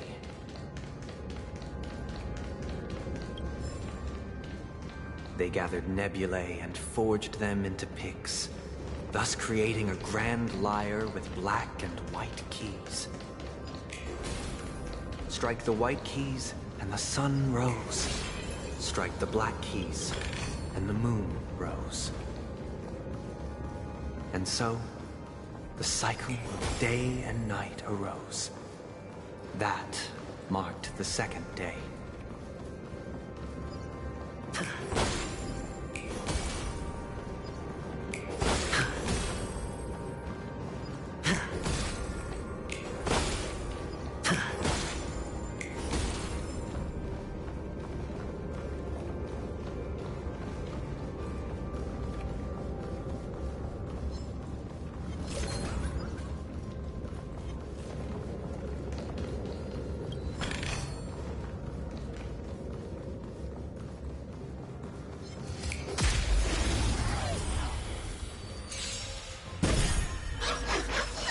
Stay put. Get them. Sure, I'll play along.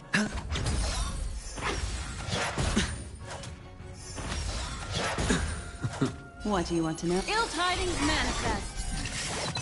You impede me.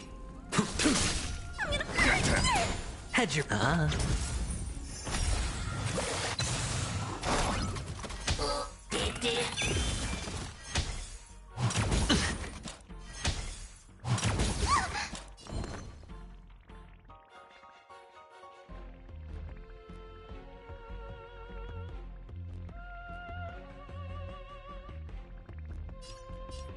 Get them. Fiends or devils. I'll crush them all. Sure, I'll play along. Too little. Oh. The dice have been cast. Bust. Or maybe I'll take it all. Ill fate descends. You impede me. Memories of beneath the waters lies an endless abyss.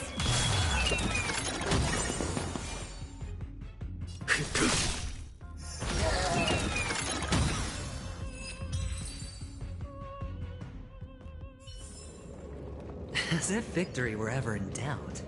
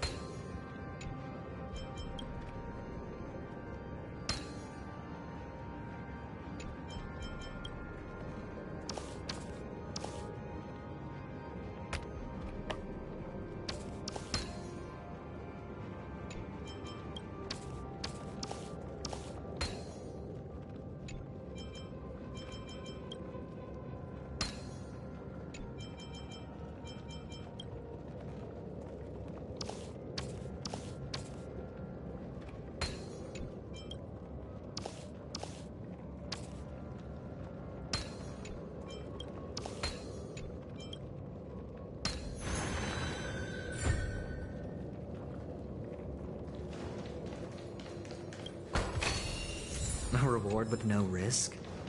I'll take it.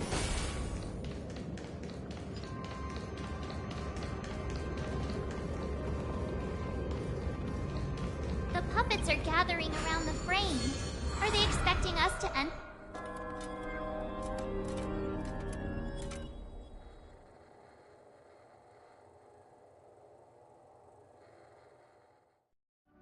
Where are we now?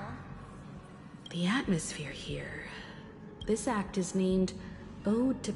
I thought things were finally looking up. I genuinely wish to avoid a violent clash with my esteemed guests from afar. Therefore, I've arranged 3 acts before the situation becomes irreparable. Where shall we start our narrative? Well, let's start with the time when Penacony was still a frontier prison.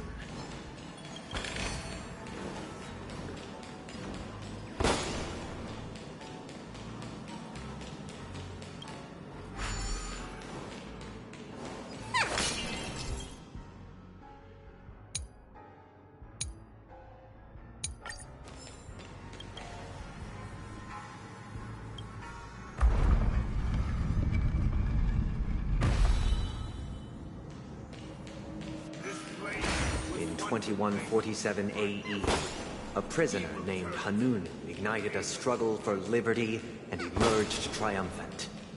IPC referred to it as the War of the Frontier, while the Asdanians dubbed it the War of Independence.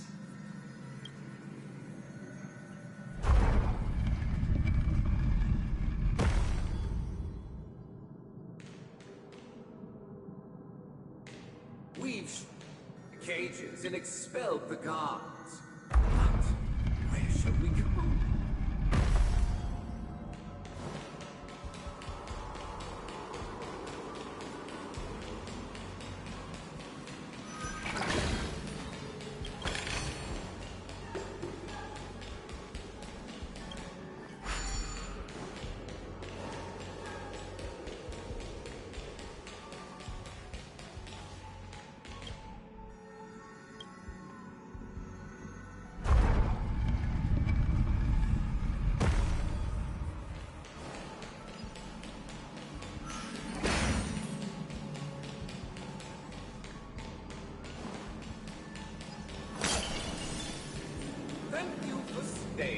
Honorable travelers. The 3 nameless stayed on the planet, endeavoring to spread the tenets of Trailblaze throughout the frontier prison. Alas, their efforts proved futile. Let's build another prison. Once again, Asdana was engulfed in war. This time, the enemies originating from within. The prisoners remained prisoners for the rest of their lives, fighting for freedom. I hope you like this land of freedom.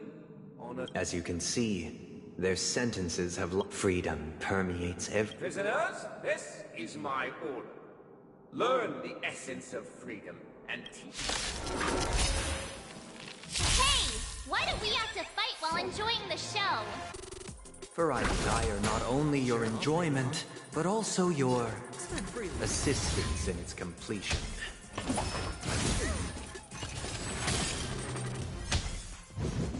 Well timed. That paradise may be savor it for me.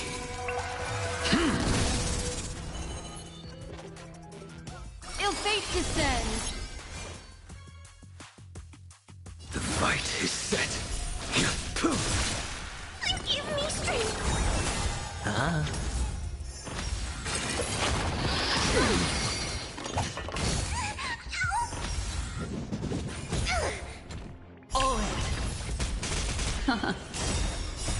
Beneath the waters lies an endless abyss. Failed to send you. Fiends or devils, I'll crush them all. Bust. Or maybe I'll take it all. Watch your head. Well timed. Attribution will Savor find it you. for me. Ill-timed tidings manifest. Protect me! Protect me!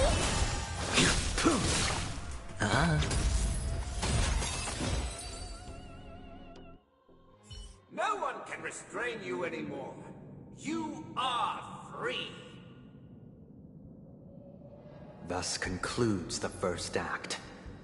Amidst a raging war, the frontier prison headed toward becoming Land of the Exiles. This must be how Penacony was constructed.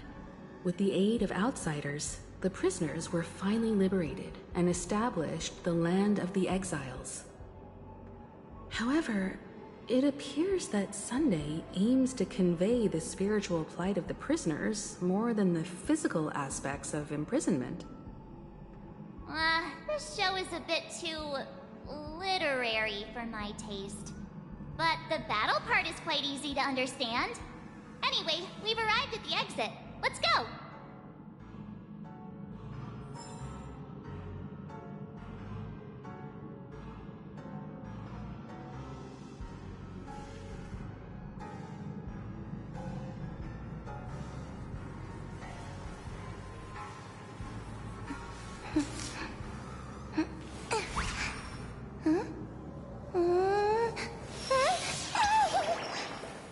These puppets. Where are they guiding us this time? They transmuted streams of stars into inked nibs, creating symbols to be pronounced and counted. They molded stardust into flowing rivers, assigning the righteous upstream and the unjust downstream. Thus, all things were marked, and the world learned to discern between good and evil. That marked the third.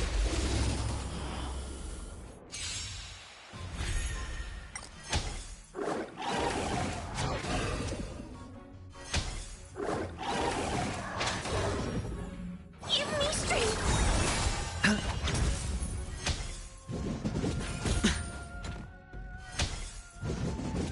No dirty tricks, all right?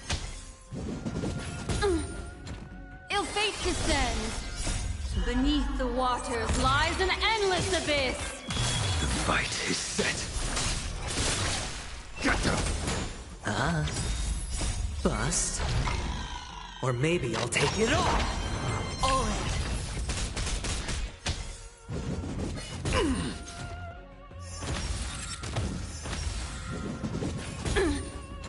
Ill tidings manifest.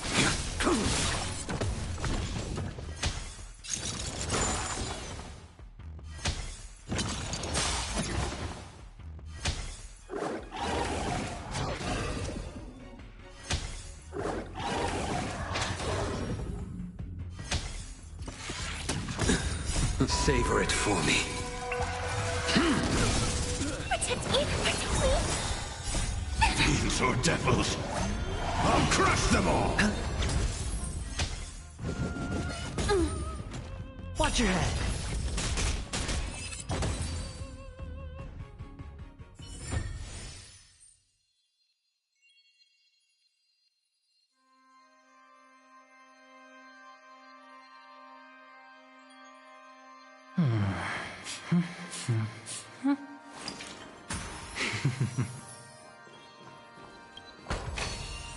A reward with no risk?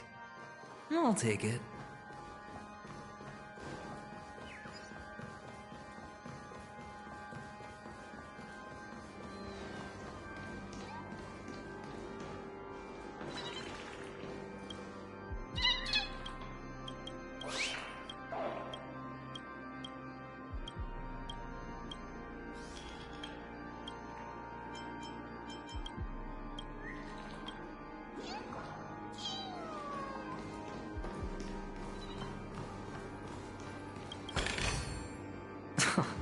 This is hardly enough for a seat at the table.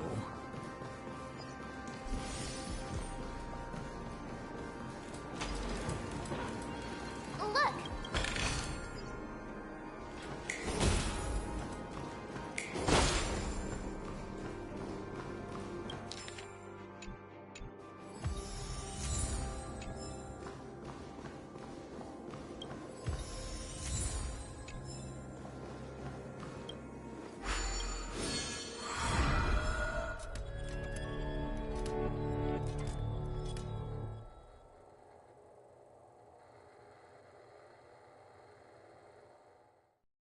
Ode to Fool. The surroundings are... Behold the ensuing tale, a struggle for power. Penacony witnessed the ascent of the 7 major lineages: tree, grass, flower, bird, beast, fruit, and insect. Peace never truly graced Land of the Exiles. The history in this era is rich and intricate, so please allow me to present it in allegorical form.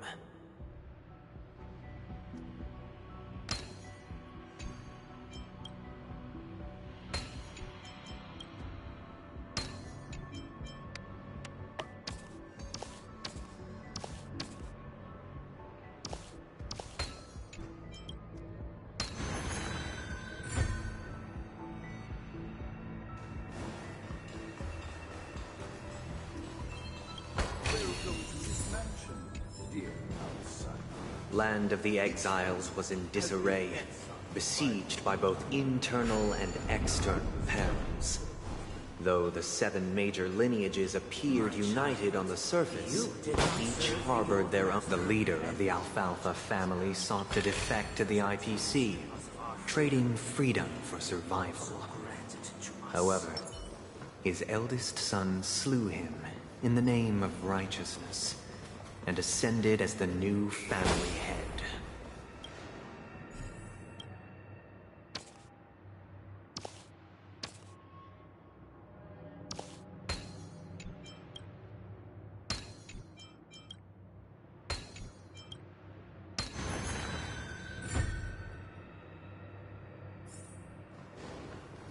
Accountant!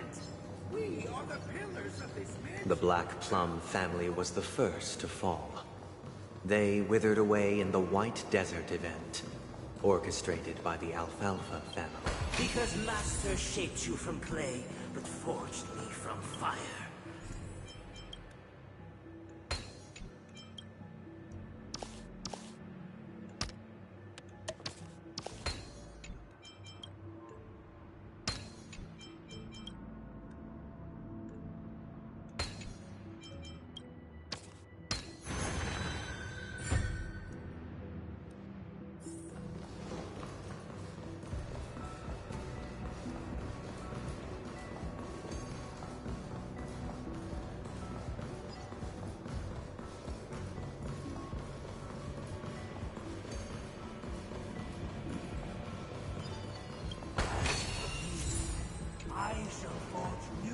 Only when Gopher Wood led the family to Land of the Exiles and earned recognition from all— Dear outsider, I beseech your aid in purging this mansion of the poison I wish they could— This is the second act. But this new master... Perhaps this is the truth. Looks like we've... Either I shall be my own master,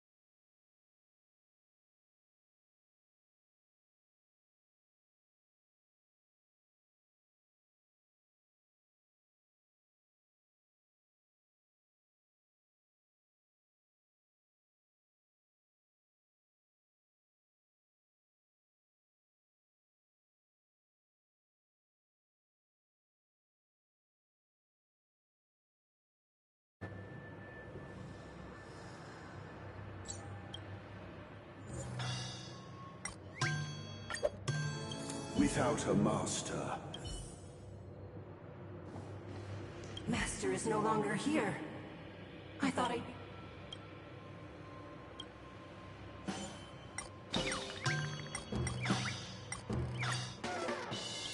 This puppet isn't responding.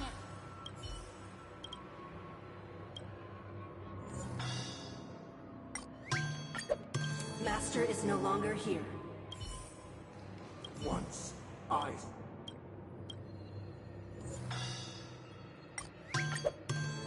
My former master has long... Master!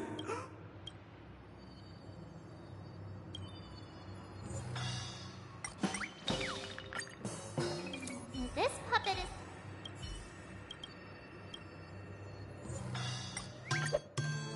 Master.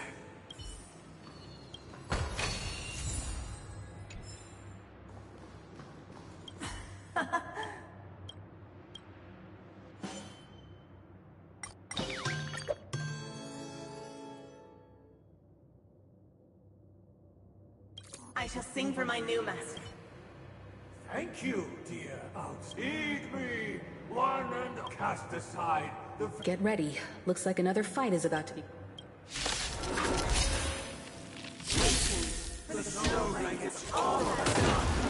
The sky shivers, and the earth teeters on the brink of collapse. At the edge of the silver universe, the first buds sprout under the rising sun.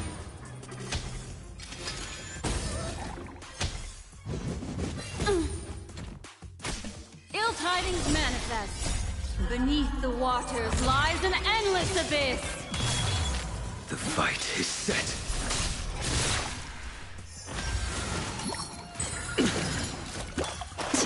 Give me strength.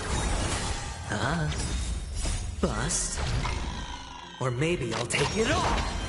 All in.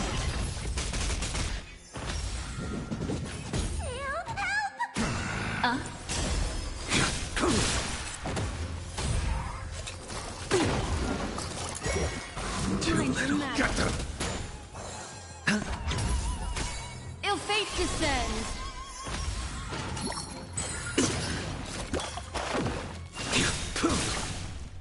Savor it for me. Protect me! Protect me! Fiends or devils! I'll crush them all! Ill tidings manifest. Mind your matter.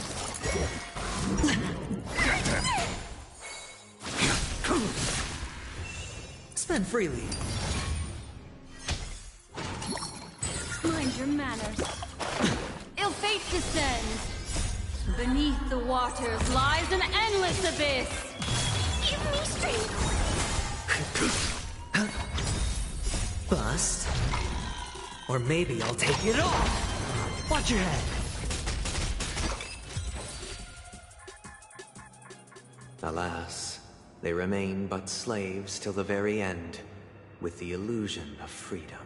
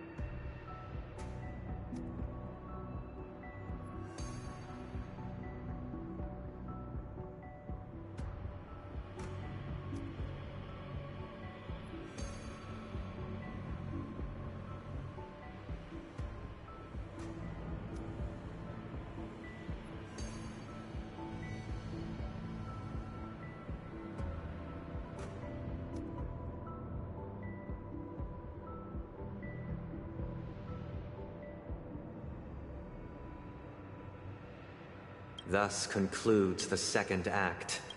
Amidst it... This is how Penacony fell under the family's control. This guy really loves drama.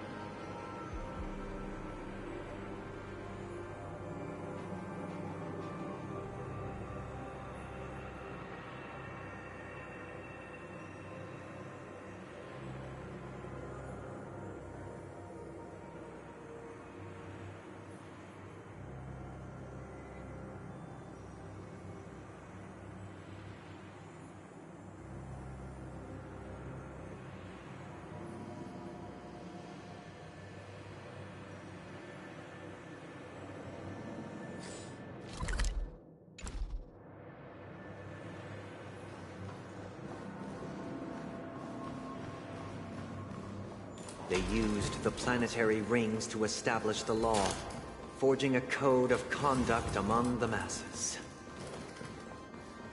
A grand lyre with black and white keys served as an instrument, while symbols of articulation and numerical notation took the form of musical notes. The downward flowing river became a melody, and the canon of law dictated the form. Thus, all mortals found their unique place within this symphony. That marked the 5th and 6th days.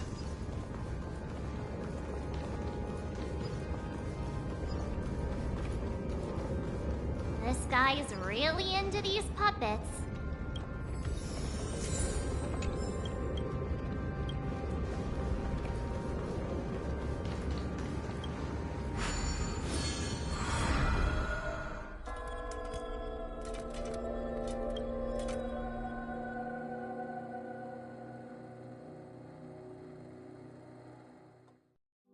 Oh, I get it now. The last scene is all about singing the praises of the Order. And the atmosphere here is completely... This is the concluding act of this play. I have showcased...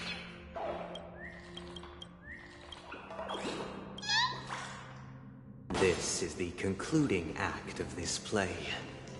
I have showcased the past and present of Penacony, hoping that my desire for change resonates within you. And now, I shall reveal its future to you. If the people lack foresight, we will make choices on their behalf. Their responsibility. We shall support one another, protecting the weak and standing against the mighty.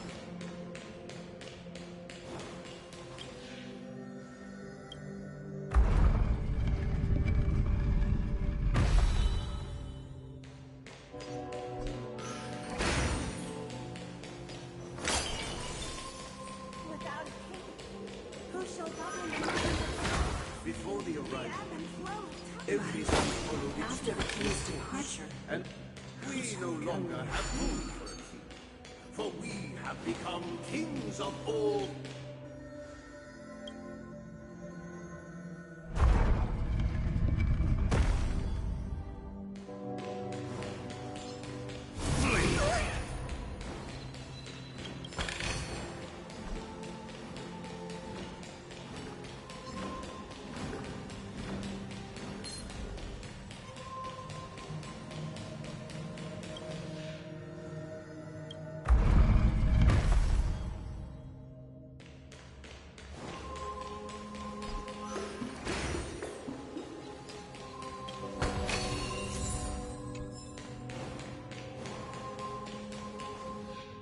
Hey, aren't we supposed to kick off a short story? Perhaps we'll need to...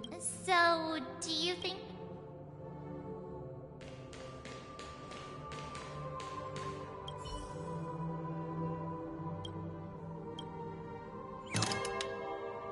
Farewell, former king. How did it go? You can't change... My apologies. Let our previous king recount. Prepare for battle. Descending from the infinite spiral staircase, it goes towards the future with measured steps.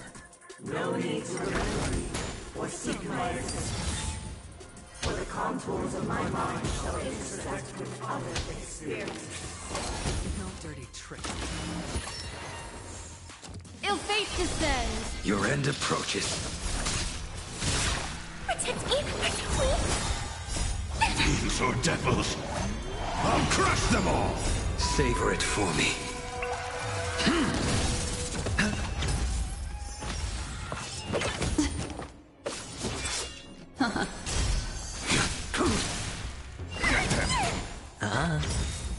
Bust. Or maybe I'll take it all! Watch your head!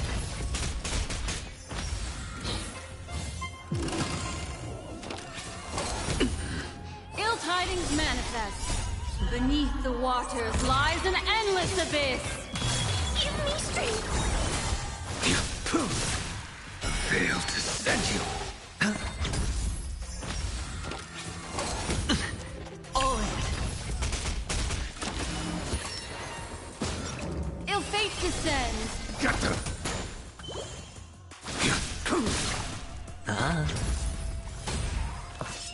Too little. Savor it for me. Protect me! Protect me!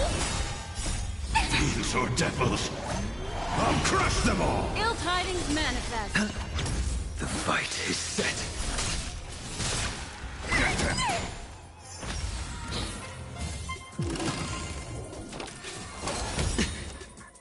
Bust. Or maybe I'll take it all! In the hushed expanse of a nocturnal reverie, I leave faint traces behind. No need to remember me, or to recall the essence of dreams.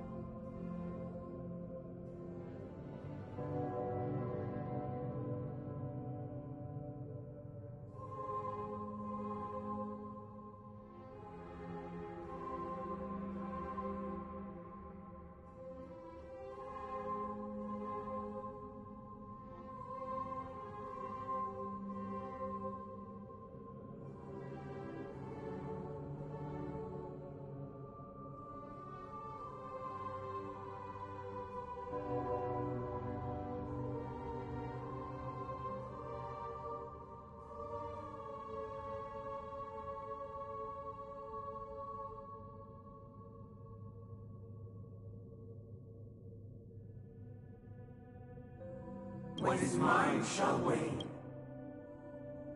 This is the final scene. It's much more straight. Let's go. Once this...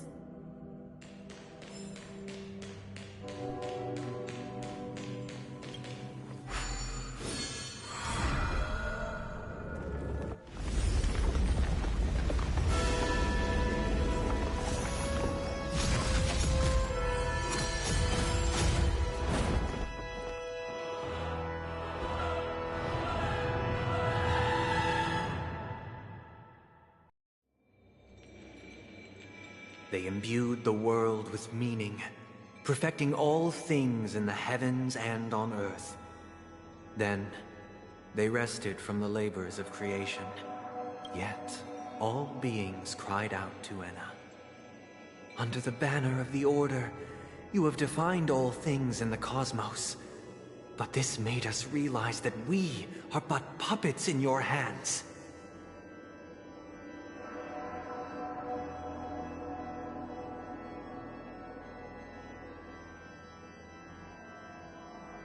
Thus, on that day, all beings united and cast the Eon into the abyss of oblivion.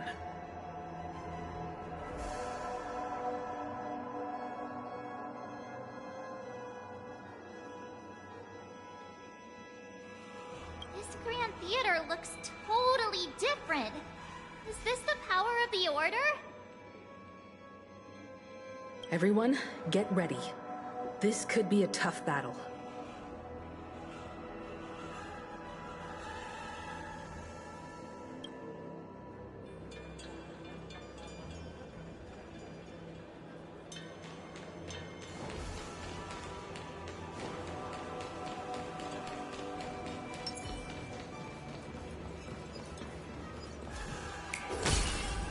That marked the 7th day. Cheers and chants reverberated in unison. The stars shine bright. Praise the Great One.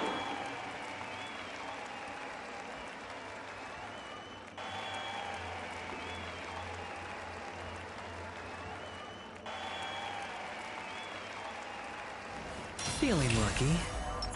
Make a wish.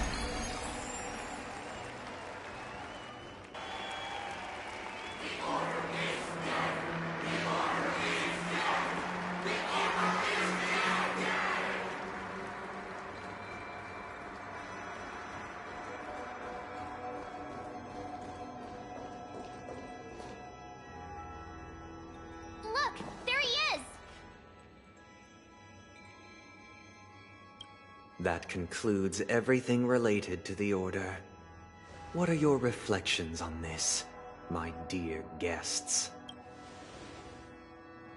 Nevertheless, this is but a trivial blip in the annals of galactic history. What truly matters is the course this river shall take in the days to come. You've arrived at the perfect moment. The Charmony Festival is about to commence, and it would be a shame if you were absent for the Harmony's prologue. Allow me to extend my warmest welcome once more. Welcome to Penacony Theater, the very core of the Sweet Dream, the abode of the Stellaron, the grand stage of the Charmony Festival.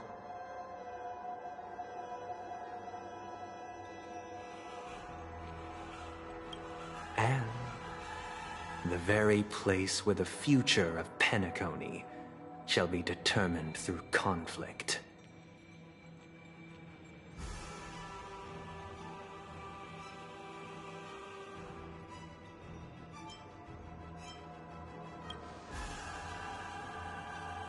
It hides behind the curtain.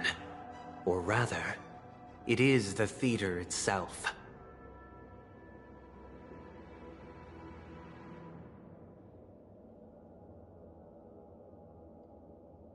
However, if you want to see it, you must display faith equal to its immense power.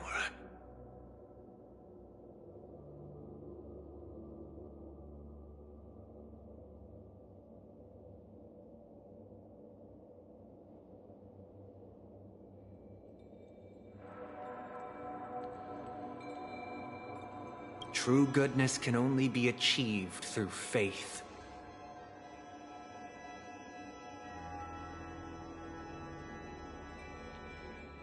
Allow me to point out that falling into a permanent slumber is not happiness, especially when those people are driven by someone else's will in their sleep.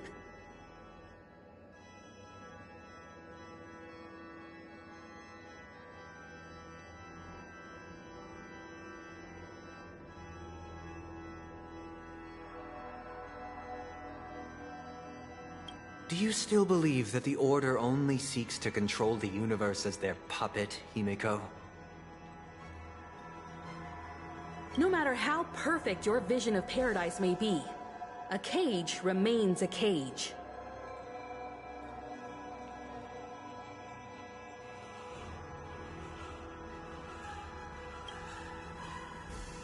People will never achieve true happiness in a world like that.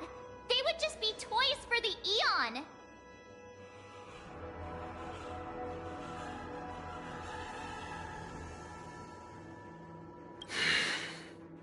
It seems you have misunderstood my intentions. Allow me to clarify. My desire is not to resurrect a fallen Eon, or become one myself.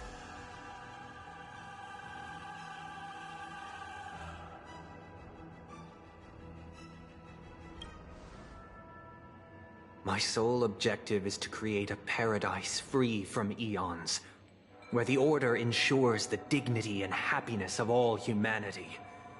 A paradise exclusive to us human beings. That's not the case. If people are to live with dignity, there must be nothing and no one above them. In your so-called paradise, you would be the one reigning supreme.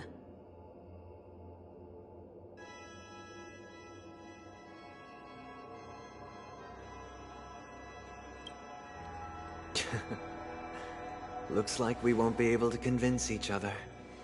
Now that our conflict has been destined, let's unveil our paths and reveal to the universe the true path. However, before the prelude to the future begins, please take a moment to ponder the questions I've posed. Is darkness equal to daylight? Are sinners equal to the righteous? Ooh, we turning on money. If you are born weak, which god should you turn to for solace?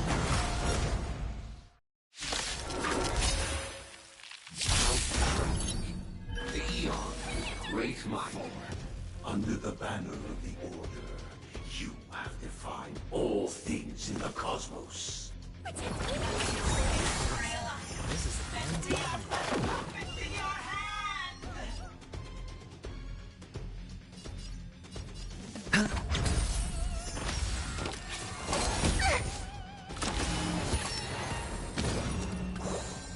Destiny isn't chosen. Ill fate descends! Your end approaches. I'm scared. Stay put.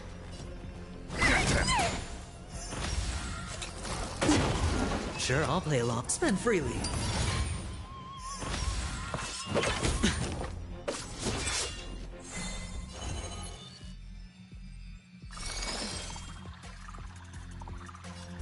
Ill tidings manifest. Beneath the waters lies an endless abyss.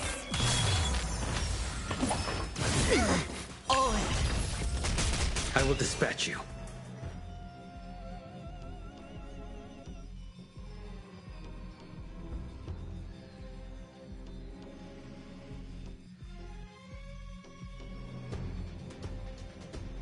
Waiting drains one's vigor.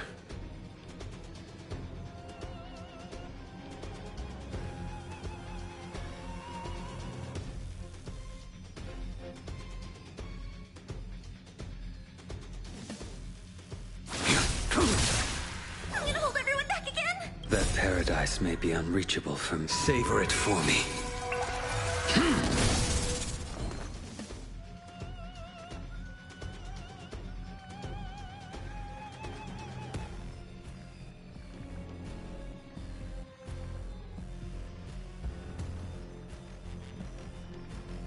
Fool! You can't play dead standing up! Get them!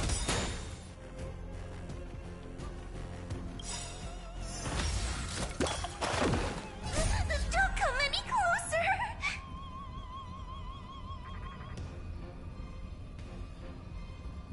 Fiends or devils! I'll crush them all! Sure, I'll play along. The dice have been cast. Bust. Or maybe I'll take it all!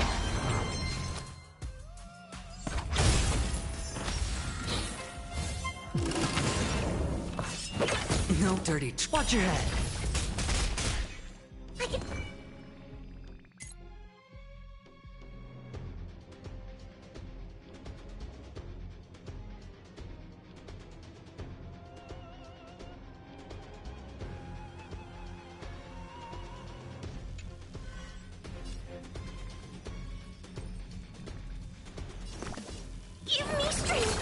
Trust me, this is a guaranteed win.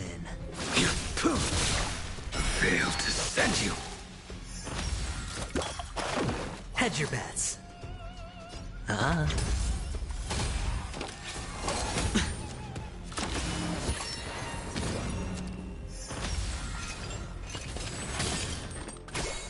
Destiny isn't chosen.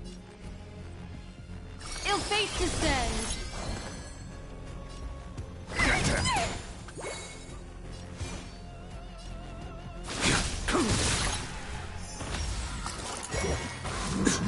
Sure, I'll play along.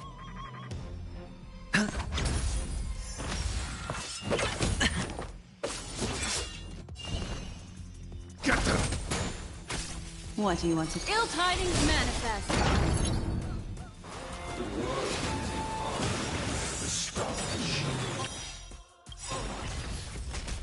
The dice have been cast. Bust. Or maybe I'll take it all.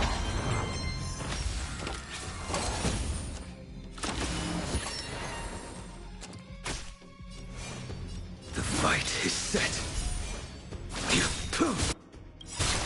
That paradise, savor it for me. Hedge your bet. It's on me.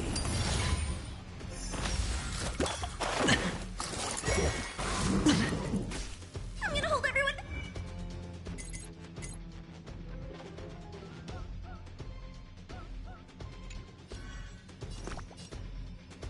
Protect me! Protect me! Trust me. And this is a guaranteed win. Fiends or devils, I'll crush them all! Memories are beneath the waters lies an endless abyss.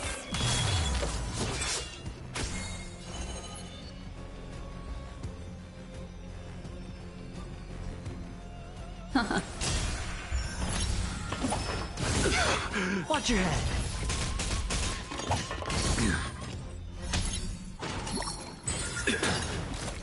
Too little. I'm scared. Stay put! A blade knows no mercy.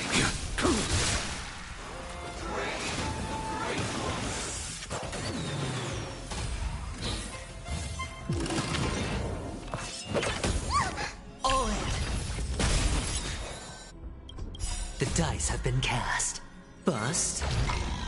Or maybe I'll take it all. Destiny is apparent. Ill fate descends.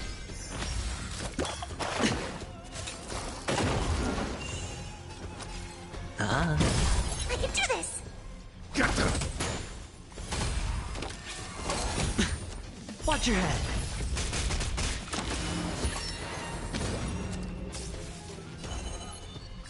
Ill tidings manifest. Give me strength. Unnecessary. Fiends or devils, I'll crush them all! Memories are beneath the waters lies an endless abyss. Spend freely. No dirty tricks, all right.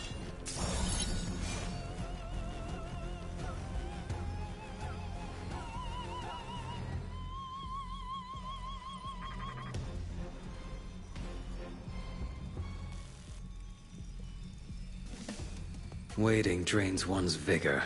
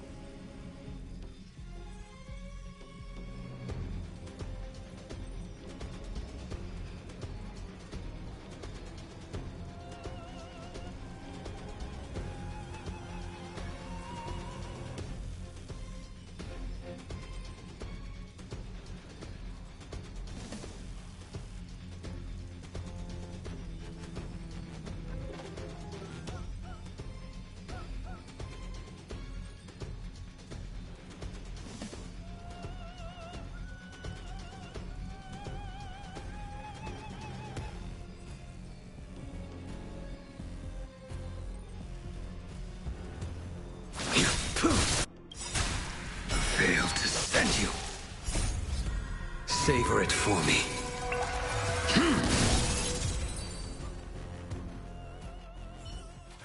I already know your decision. I now permit you to gaze into the sun. On these 107,336 stones, the almighty and powerful springs of harmony are at my disposal! Supreme Tuner! Harmonious Choir! Dominicus!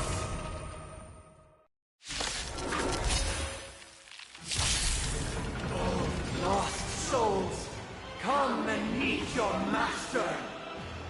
The embodiment of the harmony? So the true purpose of the Charmony Festival is to usurp it?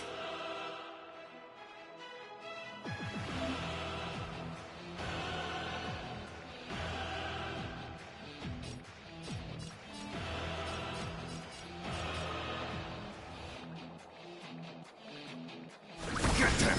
Oh, noisy. All right, I'll call your bet.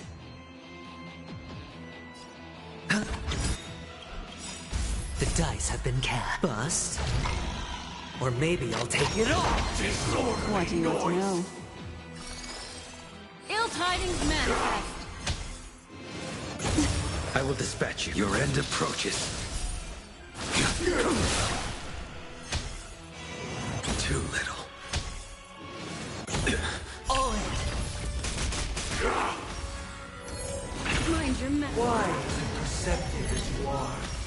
Answer me this. Why could the harmony and the order merge into one?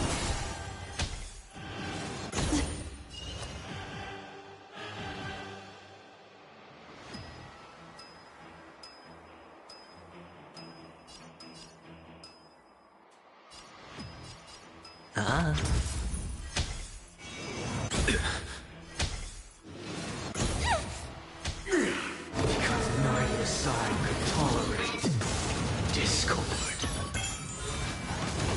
Watch your head. Destiny isn't chosen. Ill fate descends. Too little. A blade knows no mercy. Fail to send you disorderly noise. Savor it for me. I'm feeling like there's another world in front of my eyes. It's the power of tuning. Don't let the song distract you. Memories are beneath the waters lies an endless abyss. Noisy. All in. Too little. Sink into a dream. Sure, I'll play along. It's on me. No dirty tricks, all right? What do you want to know? The dice have been cast. Bust. Or maybe I'll take it all. Watch your head.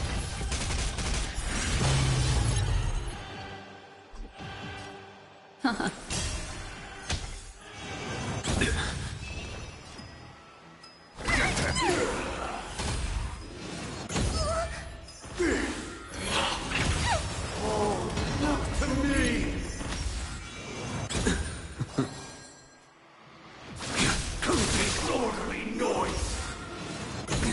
Hedge your bets.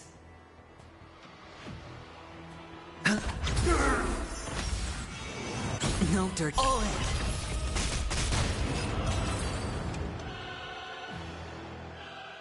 The time has come. Creation will be reborn from the remains of the gods. Dan Heng?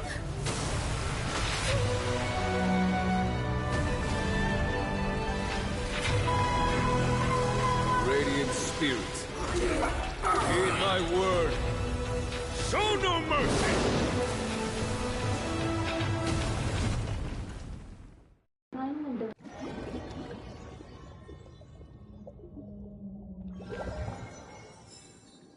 Wake up! wake up. What? Why'd we summon all of them if we only needed those two? Hey, wake up! The sun's frying your butt. Are you alright? Can you hear me? Do you remember your name?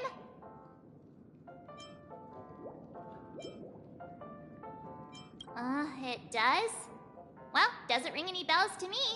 Looks like your mind's still in one piece. If you're able to remember such details. Well, that's reassuring.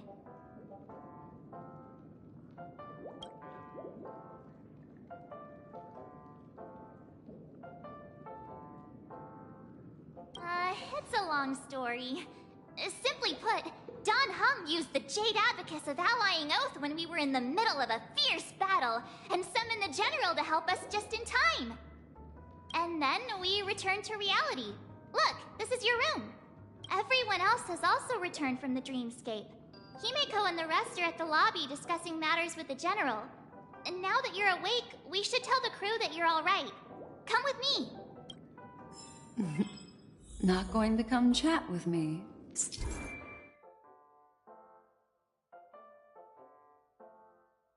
Sleepyhead. That voice. Is that Black Swan?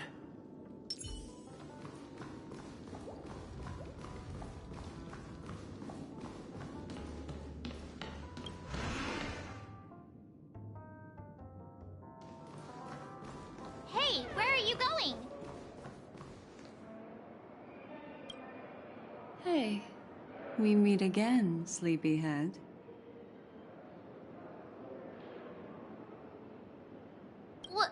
What's Miss Black Swan doing here? Nothing, Miss March.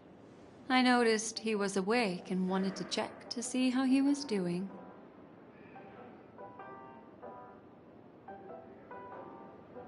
Though the strike from the General was timely, its destruction was also immense. When emanators collide, ordinary people inevitably suffer. But, luckily for them, the dreamscape is my home turf. Thankfully, I managed to get everyone out before the harmonious choir collapsed. Oh, so that's what happened! Thank you, Miss Black Swan! Don't mention it.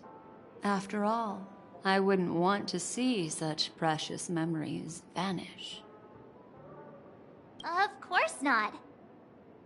But you're not planning on doing something like... Why would you think that? I've never harbored any ill intentions. Well, not when you were around, anyway. Himeko and Mr. Yang are probably still busy. Let's go look for Don Hung first.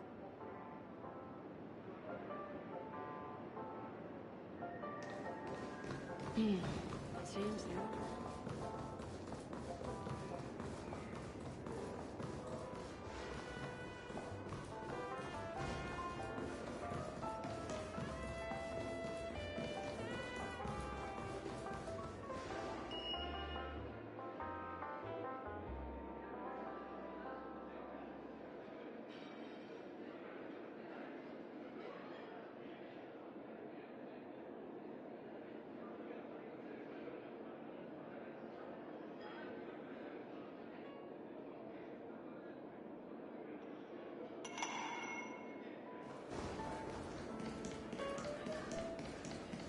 Look, he's still talking to that cowboy. One peach soul glad, shaken, not stirred. You're awake. How do you feel?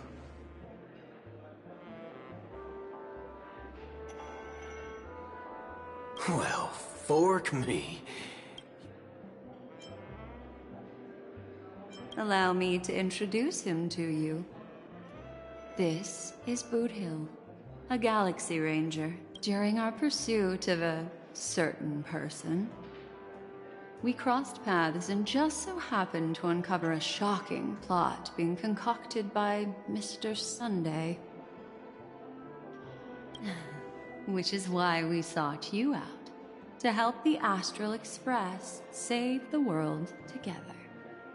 No need for thanks. The Galaxy Ranger's principle is correct every injustice one sees. That's how you lot in the Cienjo put it, right, Don Hung?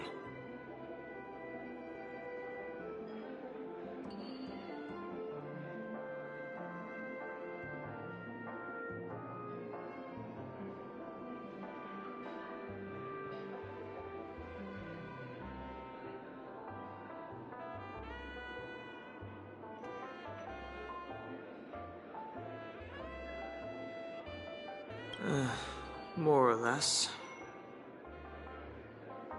Wait, hold on a sec. This is the first time I'm hearing about this certain person.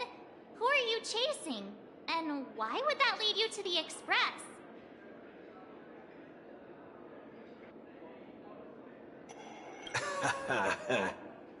Good question. Who was it again? Don Hung. Do you remember? No, that ain't it. I just can't seem to recall. Weird. My neurochip hasn't registered any malfunctions. I can't seem to remember either. What's going on? Heck. Forget about it. If it slipped all our minds, reckon that person was just a minor scoundrel. Unimportant. Ain't gonna stop us from piecing together the story anyhow.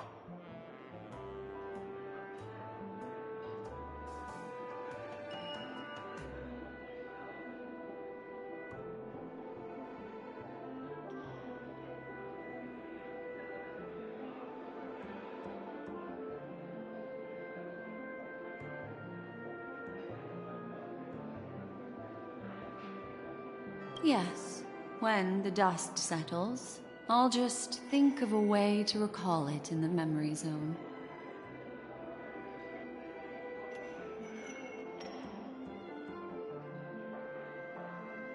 Everyone, let's hurry up and look for Miss Himiko, shall we? He's not— You're right. Let's head to the lobby then.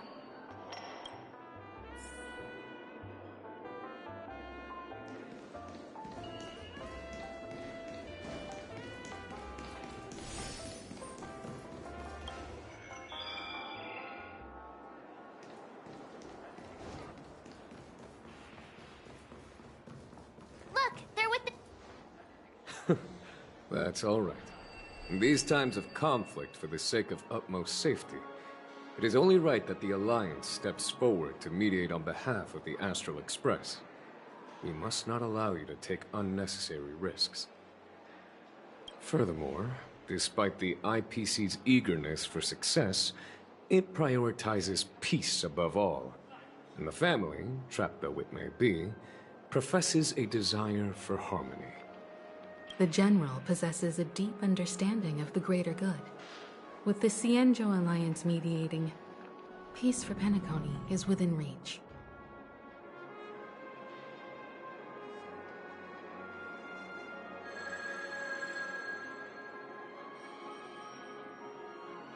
You flatter me. But ultimately, it's been all down to the Express. Without your efforts, this sweet dream paradise would have been claimed by the last remnants of order before there was even a shot at peace.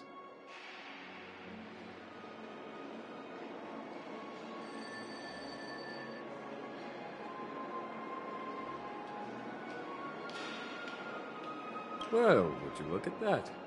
Here comes the big hero.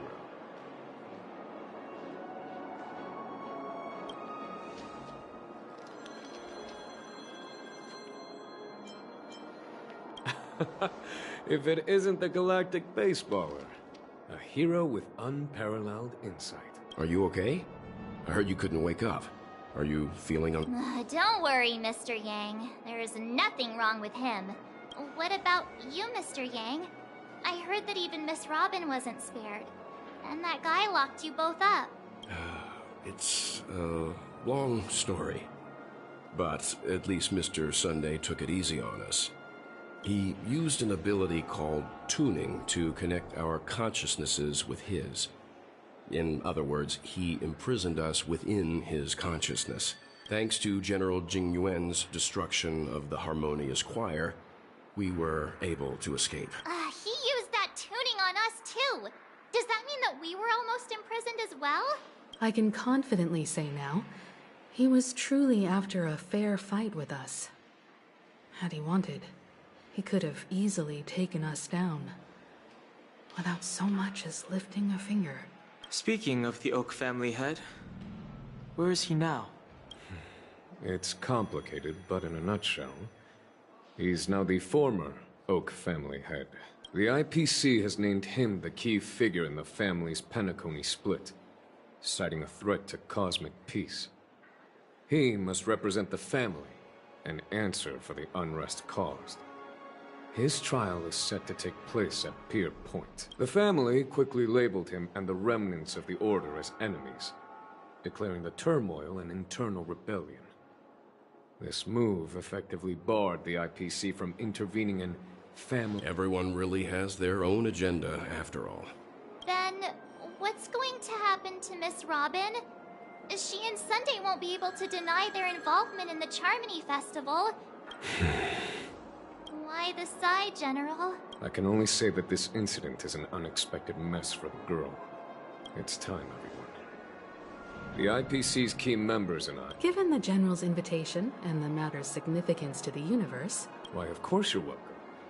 They've mentioned that your team is a trusted ally of the IPC in Penacony. Besides, if there can be reliable observers from the Astral Express present... I'm kind of allergic to those types of... Not to worry. I'm afraid I'll also have to return to the Express first. Thank you. What about you, hmm?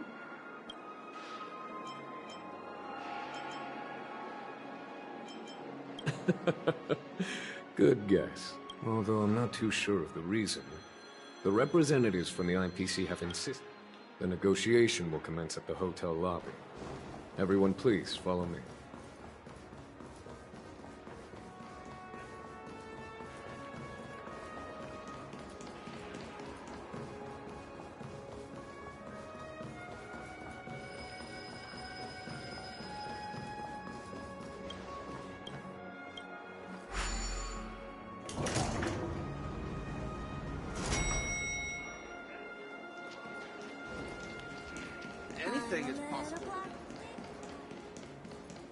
Mr. Aventurine and Miss Topaz are here too.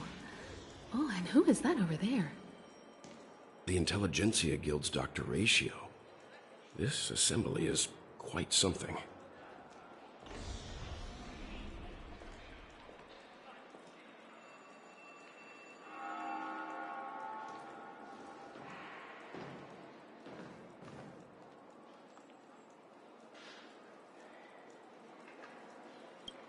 May you have an enjoyable time.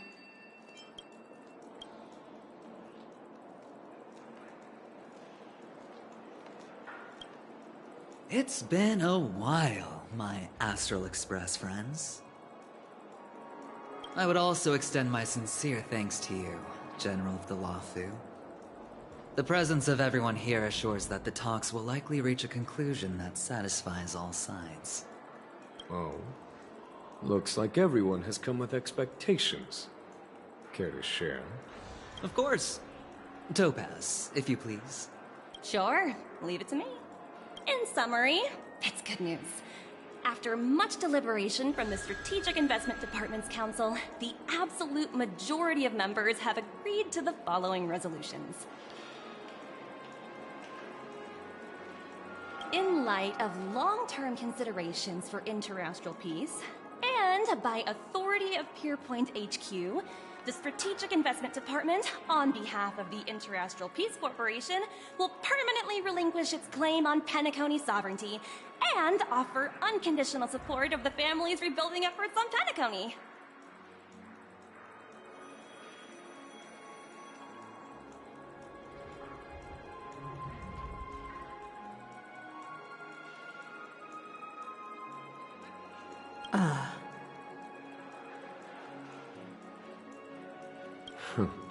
Now that's something.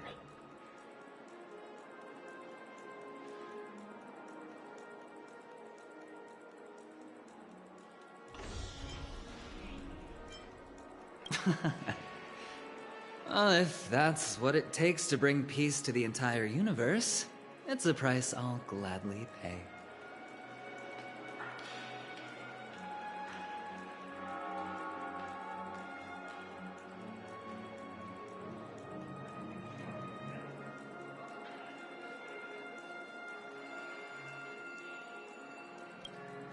Has the IPC finished sharing all its thoughts? Then it's our turn.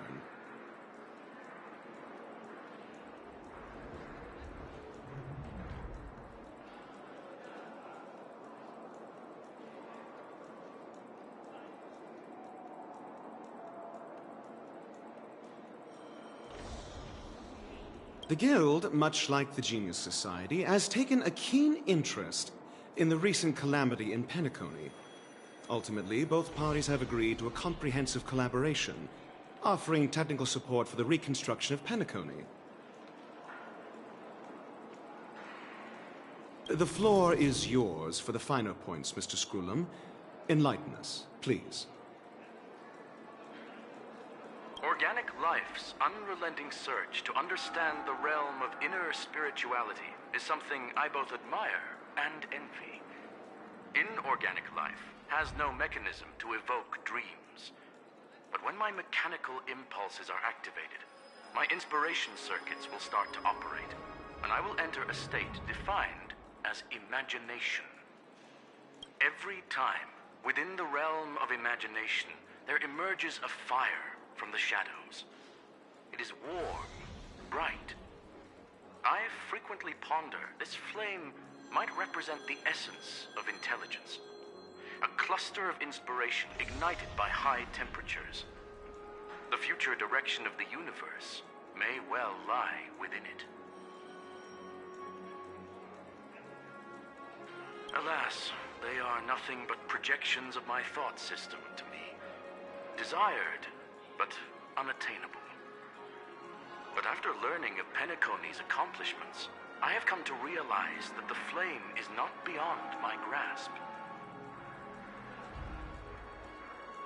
After deliberations with my partners, we have decided to defer the progress of the Simulated Universe project, and instead assist the Intelligentsia Guild as technological consultants in the research of the Dreamscape and Memory Zone, so that these assets may be better used to serve humanity.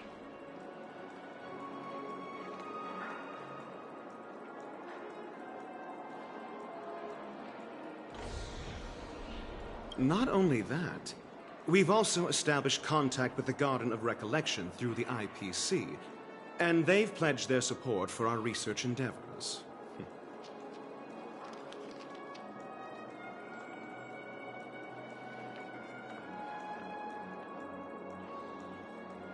I'm truly happy for the Dream Chasers on Penacony.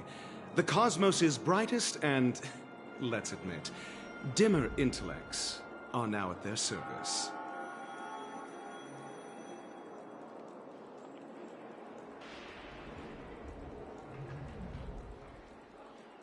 But, never mind. At the end of the day, this is a positive outcome.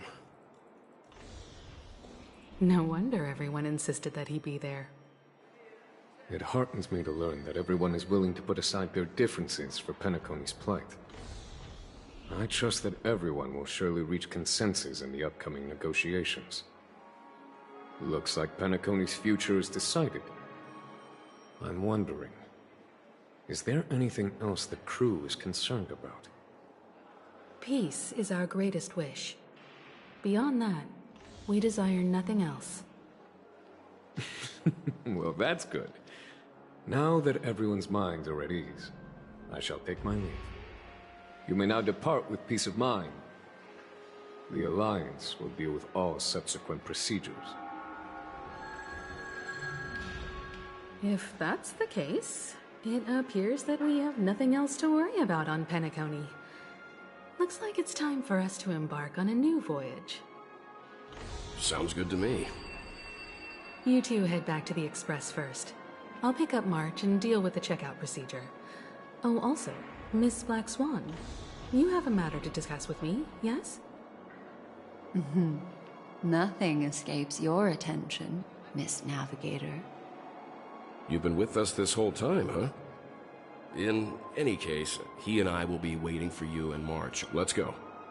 Our time on Penacony. Penacony's journey ends here. I guess it was pretty... The navigation meeting is about to start. We're all waiting for you. Ahem. Looks like everyone's present. Let the navigation meeting commence then. This a meeting to decide our next stop? How we doing this? By show of hands. Hold your horses, cowboy. It's for those to decide. Allow me to explain. Mr. Boothill and Miss Black Swan submitted a request to temporarily travel with the Express for their own personal reasons. As you all may know, the Astral Express never declines any passenger whose heart yearns for the distant stars. Therefore, they will be traveling with us for a while until they reach their destinations. Whoa, the Express is going to be much livelier now. But, Miss Black Swan, you better not use your memo keeper abilities to pull any pranks. Understood, Miss March. I promise you, you'll never see me in your room while you're taking a break. Don't! You're freaking me out. All right. Now that everyone's met everyone, we can continue our navigation meeting. Firstly, Pom-Pom wishes to thank everyone. If it weren't for you all unearthing the truth about Penacony, Pom-Pom would have never known what they had to go through was regrettable. Now then, we come to the crux of this. The first choice is from Himiko, the oceanic planet of Lushaka, a planet composed entirely of water. Many aquatic races reside there. Of course, it's also the home planet of the venerable, nameless Mikhail. The second choice is the agate world Melustanen, suggested by Welt. It's famed as one of the initial sites of the Stellaron disaster, and the place where the beauty Idrilla ascended. Today, it's celebrated as a planet of undying allure. The third choice is Edostar, a planet nestled within a vast ion storm region, currently under assault by the Antimatter Legion. However, the distress signals from there have recently ceased, prompting the IPC's wish for us to check in on the situation. The last choice, courtesy of Black Swan, is the glass belt Petravia, a massive belt of asteroids that was turned to glass by the Lord Ravager Zephyro. These days, it's apparently known to house one of the branches of the Morning Actors Troupe. Ooh, so many options. I'm seeing stars already. Next up, everyone will select the destination that they wish to visit, and then we'll put it to a vote.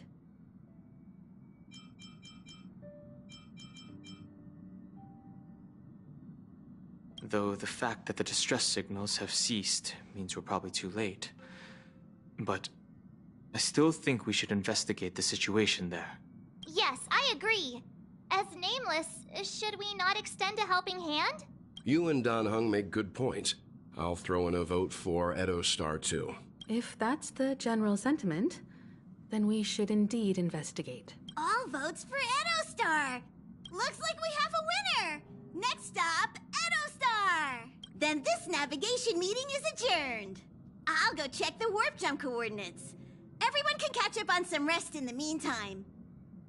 When it's time to make the jump, Pom-Pom will make an announcement. There's still some time before the jump. What should I do? This Astral Express, sure, I can live without malt juice. But at least... Oh. Well. All these...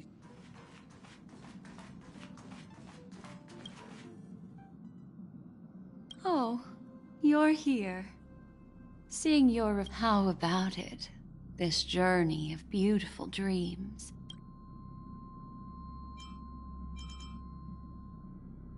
Oh, So, how about you hand that small parting gift back to me? I'm quite eager to have it back.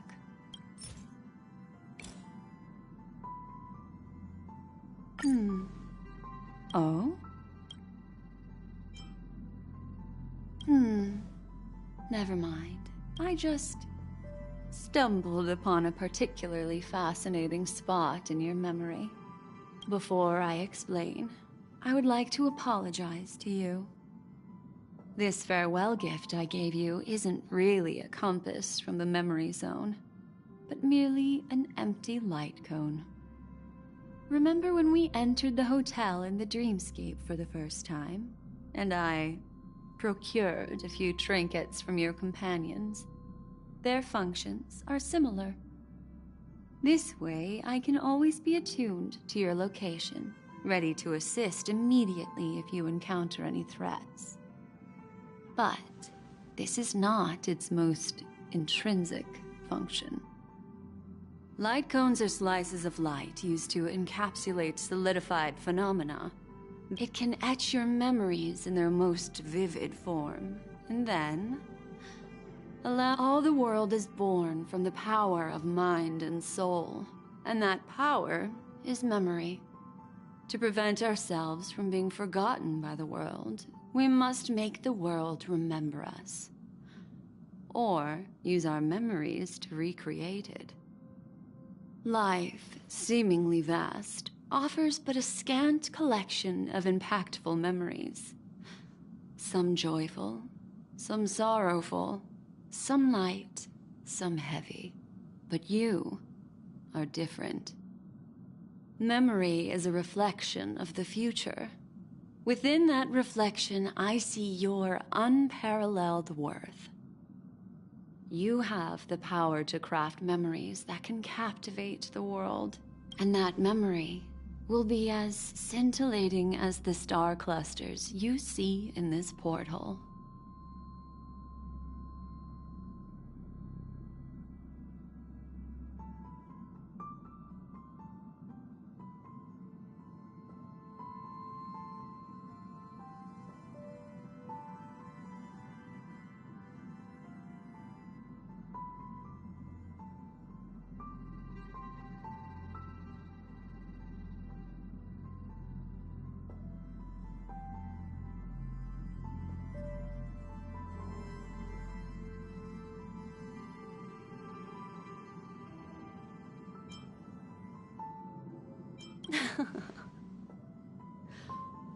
The memories I have of you are not enough for me to predict a future that lies too far ahead. But I can tell you one thing. My favor towards you stems from a more profound reason. The reason is simple. In this grandiose and ostentatious dream of the families, only you personally experienced the entire course.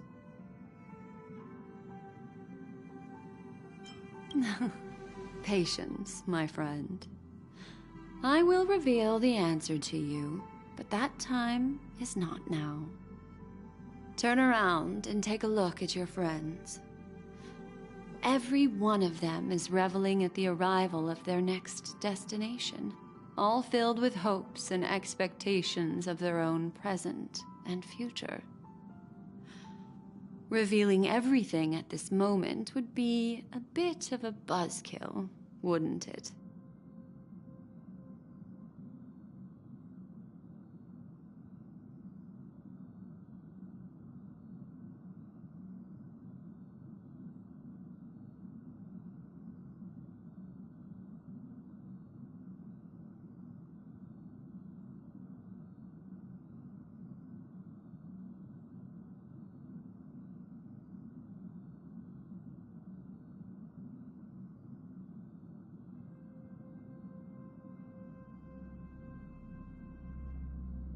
I'm looking for an opportune time, A time when you're totally at ease. Perhaps when the night grows hazy and you're about to drift off would be the most opportune. How about one fine night? I will prepare the candles, aromatics, and even a cushy couch to create a cozy dreamland for you. And then I will tell you the answer in the form of a little bedtime story to lull you to sleep. Ahem. Hi. Hello. Attention all passengers. The express is about to make the jump. Please be seated and hold on. It looks like we're finally about to set off. There are countless gleaming memories out there waiting for us. Why don't we just leave it at that for now? Ah, that's right. As a small token of compensation for playing that little trick on you with the empty light cone, I will gift you with some words. They hold great significance to me. Life is akin to a winding labyrinth where memories serve as our sole companions.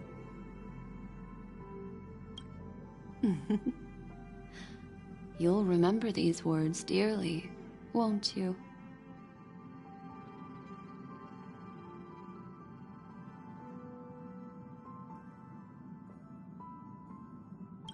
In the year 2158 of the Amber Era, the first year of the new epoch, the universe resumed its intended trajectory. The kindling of conspiracy smoldered in Penacony, the land of the dreams. Failing to erupt into a blaze, it instead flickered briefly on Klapoth's anvil, before vanishing in the blink of an eye. The dead and those fated to die remain in their eternal slumber, while the living find solace in deep sleep. All clamored in a cacophony of silence, and then went about their own ways. The cosmos emanated a vitality characteristic of a new era, all for the modest price of a brother and sister's mild grief. Babies are born as stars extinguish. The silver rail unfolds. The story of the Astral Express comes to a close, yet it also embarks anew. Time marches forward, heralding the arrival of a new chapter in the history of trailblazing expeditions.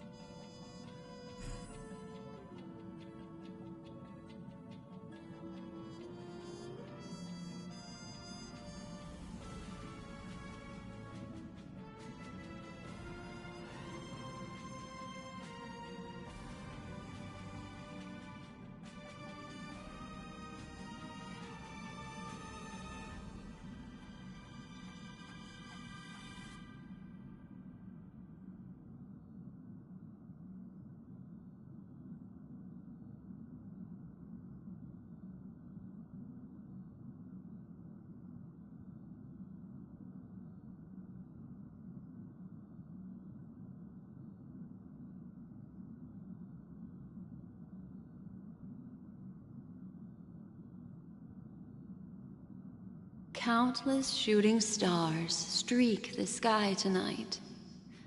If you can pick the right one, it will carry your wish to thousands of distant worlds. You're feeling very relaxed now, aren't you? So, it's time to tell you a little bedtime story. Well, let's start with a conclusion. The crew was defeated in the battle against Sunday. Everyone in Penacony failed, and no one survived. But don't panic. The truth, as horrifying as it may be, is not yet irreversible. There's still a glimmer of hope, And that's why I'm here.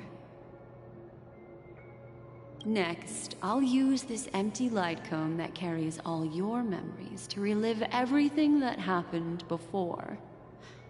And when this story reaches its end, I'm sure someone as clever as you will notice that.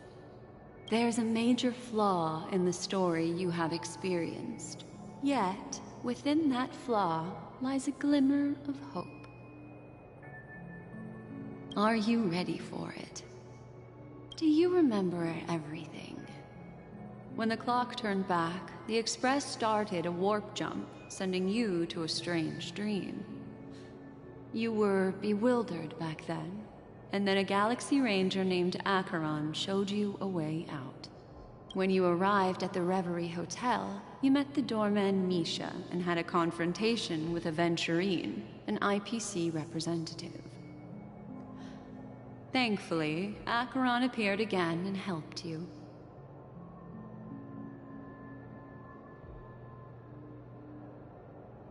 After that, you saved Firefly and explored Penacony together. During the tour, you ran into Sparkle disguised as Sampo and accidentally entered a child's dream. There, I rescued both of you from death, but Firefly didn't return to reality. She realized the truth and tried to involve you in her plan, but that resulted in an accidental death. Even more unsettling, you soon encountered another murder. The two cases of death prompted you to investigate the truth behind the sweet dream. Despite your efforts to gather information about the two victims, you didn't make much progress. But you did learn about the Watchmaker from Gallagher. Meanwhile, Aventurine was secretly carrying out his scheme, in which you were one of the pawns. In the midst of a fierce battle, Acheron revealed her true identity as an emanator of the Nihility and unsheathed her sword. That strike foiled Aventurine's plan and opened a passage between the sweet dream and the original memory zone. Upon your arrival at Dreamflux Reef, you learned the truth that death was actually dormancy, as well as the truth about the dreamscape, the Stellaron, and the bellboy, Misha. You split up with Sunday and Robin, looking for a way to seal the Stellaron. However, it turned out that Sunday and the Dream Master had their own hidden agenda. And you had to engage in an ultimate duel on the stage of the Charmony Festival. Finally, the story reached its conclusion. You emerged victorious, with the Trailblaze triumphing over the Order, and Penacony embracing a bright and peaceful future. This marks the end of the thrilling journey in Penacony. I'm sure you've already noticed something unusual, haven't you? The major flaw, which contradicts all the known information, hides in this story.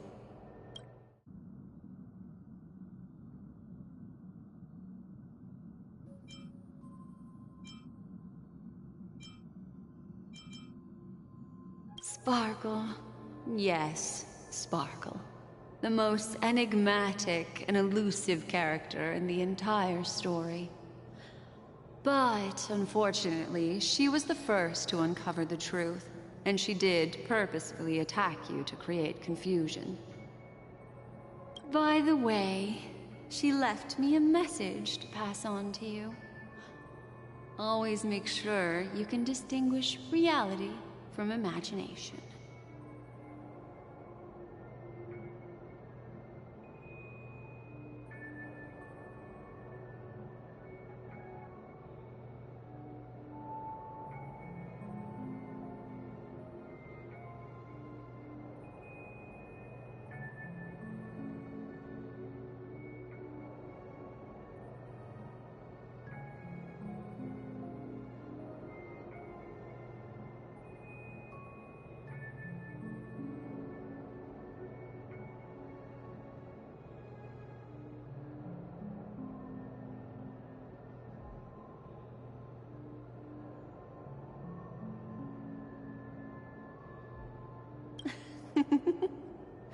Is that a clue, you may wonder? I'm not sure, although I'm pretty sure that the fatal variable has nothing to do with that masked fool.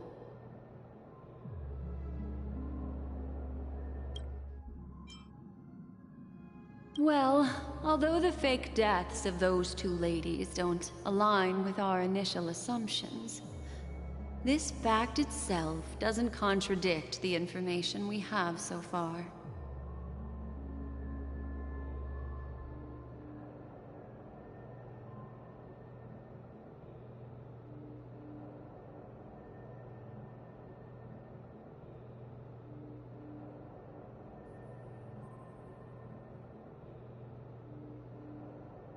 I'll go ahead and eliminate that incorrect answer for you.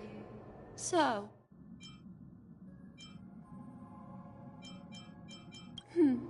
Little Misha. He's only a segment of memory in a dream bubble, but his ambition for the Trailblaze led him to leave the bubble and embark on a grand adventure in Penacony.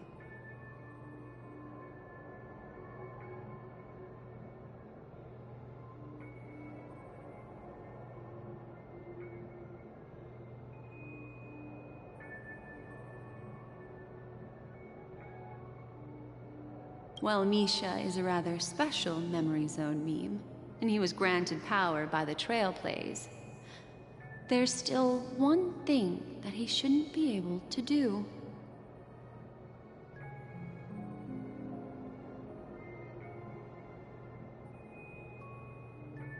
A life born in the Memory Zone could never manifest in reality. So, why did he appear in the Reverie Hotel in reality?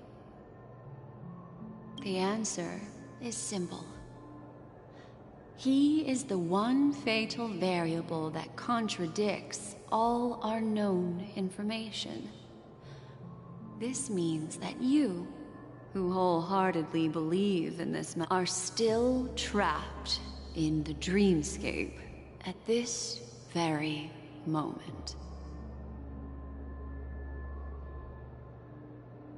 Wake up, sleepyhead. Break free from this eternal dream and return to the real world. We'll find our answers there. The train is about to make the jump. 5, 4, 3, 2...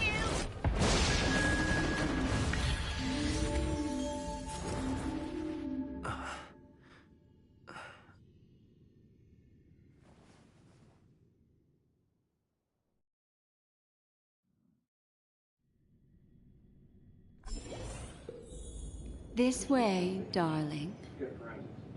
Well, that's a tease.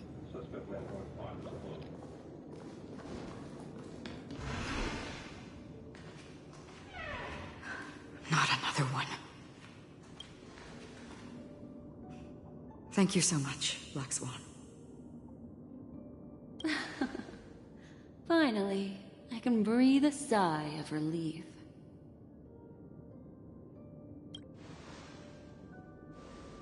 I understand you must be confused, and we'll do our best to shed light on the situation.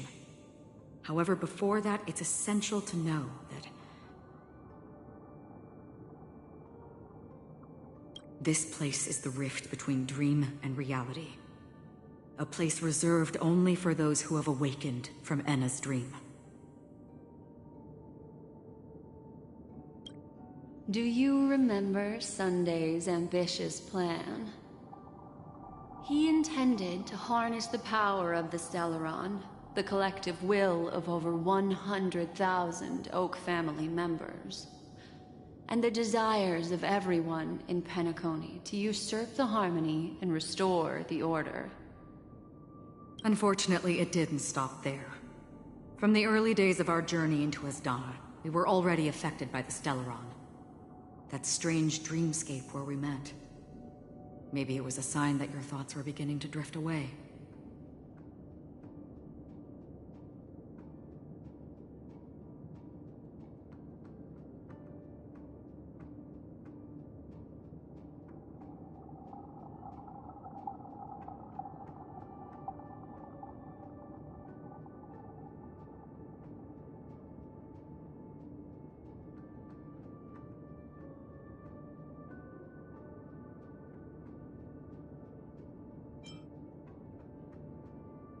I don't think the goal of the Order was to put everyone into a deep sleep. Quite the contrary. They used the Stellaron to catalyze the leakage of Asdana's memoria into the material world, allowing the dreamscape to blend with reality. And that included a lot of memoria from the Beyond the Sky Choir. As time came and went, the dreams eventually became indistinguishable from reality, and reality became an illusion. People think they are awake, but their spirits have long since stepped into the Temple of Order. This is what makes Anna's dream so powerful. In this paradise governed by the Order, everyone indulges in their delightful dreams and lives happily ever after.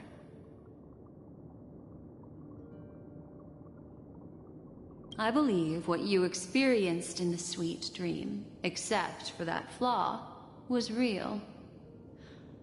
Only in this way could you reach the destination, lifting the crisis in Penacony and embarking on your next trailblazing expedition. If it wasn't for Acheron's plan, we might have been trapped in this dream forever. Fortunately, while the path of the Order governs all things, it can't affect the Nihility. I came to realize this when the Dream Master tried to expel me at any cost. This is also why you felt a sense of peculiarity when traveling with her. Well, I'm not as fortunate as she is. Even if I'm a memo keeper, I was still influenced by the power of the Order and fell into hallucinations. However, thanks to your memories, now we still have a chance to turn the tide. For mortals, even if they possess the great power of a path, they can't create a flawless world like gods do. That's why there was a flaw in your dream. In other words, once you have realized the world is not real, you'll have a chance to break free from the dream. The flaw in your dream lies within Nisha, who could have never appeared in reality. When I turned the pages of your memories, I realized that I was in an illusion too. Now Sunday has usurped the power of the Harmonious Choir through the Charmony Festival. Asdana has thus fallen into Enna's dream, transforming everyone equally into the notes of the Eon. Failure doesn't mean weakness. Only the strong can gather the will to resist the Order and try to break free.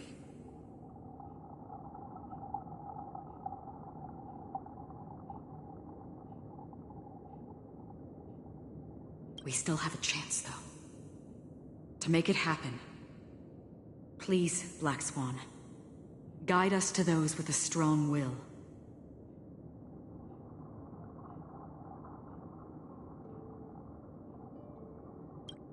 All right, please come with me. These people are... They're the ones who accept Enna's dream and indulge in their happy illusions. We have no means to wake them up now. Not even your clockwork will do the trick. However, there are still other things we can do. Let's keep going.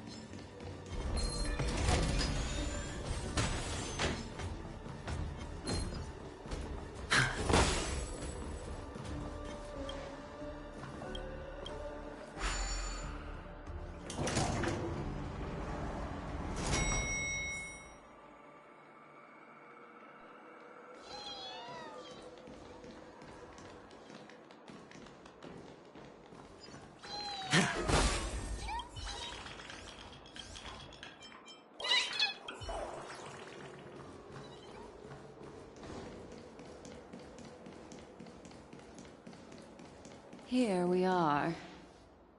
It's Robin.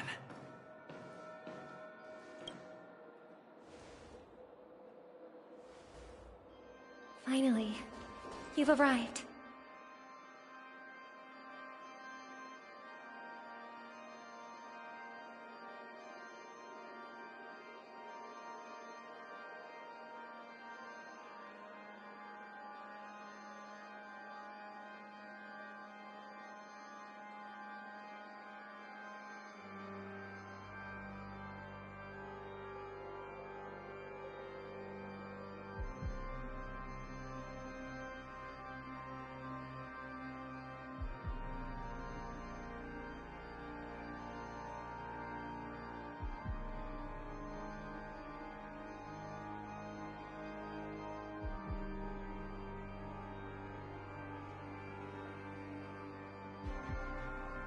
Let me introduce you to Robin. She woke up from Anna's dream by her own will, and it's this tough lady who led us here with her song. I woke up for the same reason as all of you. In the dream, I experienced something that could never occur in reality. Are we going to lock it up in a cage? I want to see it fly freely in the sky. Without us, this bird would be too fragile to survive on its own. Do you want it to die? No, but... Then let's take care of it together until... Huh? Birds have wings because they're meant to fly. Even if they may crash on the ground, birds belong. The illusion was so impossibly blissful that I realized it was just a dream. And this is our final hope. Anna's dream is founded upon the harmonious choir, namely everyone's shared wishes.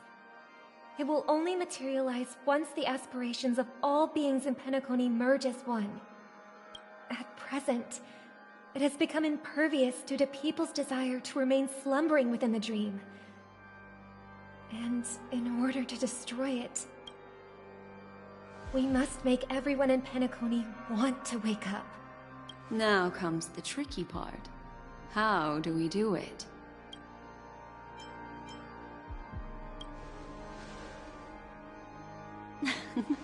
You want to go back? Unfortunately, human consciousness always gravitates toward reality. Now that you've seen the flaw in the dream, there is no turning back.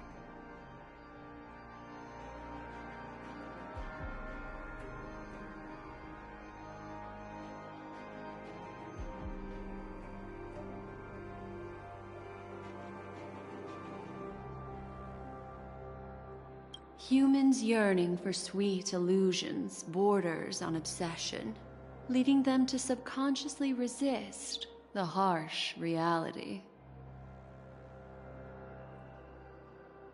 Therefore, I carefully selected a moment where he was completely unguarded, guiding him to uncover the truth himself to make him regain his consciousness. However, to wake up everyone in Penacony and get them to share the same determination, that would be nearly impossible. Indeed. I'm afraid it's almost as difficult as resurrecting an Eon. But we can't just stay here and do nothing. This is a critical moment for the whole universe. Who cares about some dumb number? Thanks to Black Swan. You're welcome. And thanks to the Memo Keepers in Penacony, too. I believe your partners have also awakened from their dreams. This is the first step of our plan. With the assistance from the Garden of Recollection, those who possess a strong will, like you, will gradually awaken from the dream. These free wills are the discord that will sway Anna's dream. However, Awakening a mere handful of individuals is insignificant compared to the vast number of people immersed in the dream. We must find other ways to awaken the free will of millions of people within a short period of time. If breaking through from the inside proves challenging, we can seek assistance from the outside. We've long been aware of a potential solution. Asdana is a galaxy known for its abundant memoria and the remarkable phenomenon known as synesthesia dreamscape. When people first enter this place, they often find themselves and others sharing a collective dream.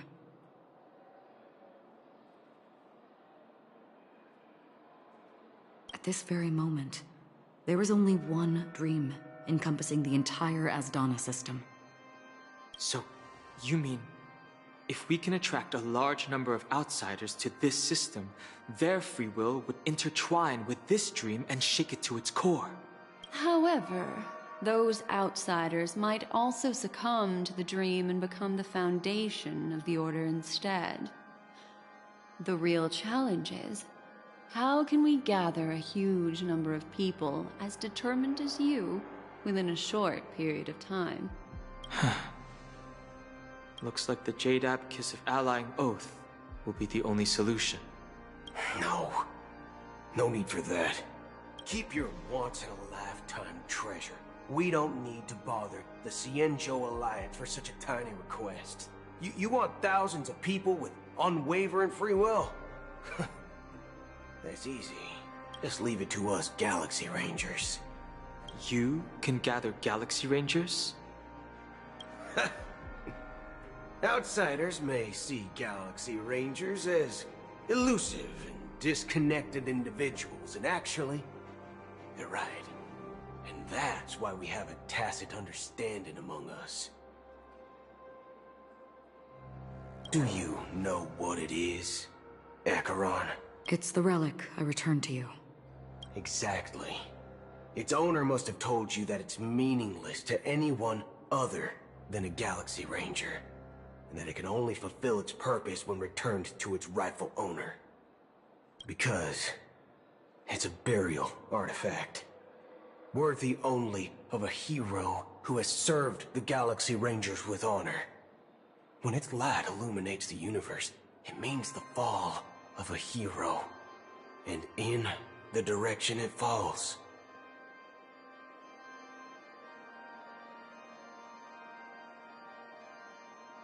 Countless meteors will streak across the sky. Those meteors are Galaxy Rangers, coming from all corners of the cosmos, driven by a shared purpose. The shooting stars of the hunt only descend on the longest night, and with them comes the dawn. We've stayed silent for far too long. Now, it's time to remind all the cowards, oppressors, and villains of the universe of our presence. I'll be the one to ignite the first spark. Once the dreamscape is swayed, I'll complete the second step. I'll fine-tune the slumbering souls with the Song of the Harmony, interrupting them with the discord of Trailblaze, and guiding them towards reality.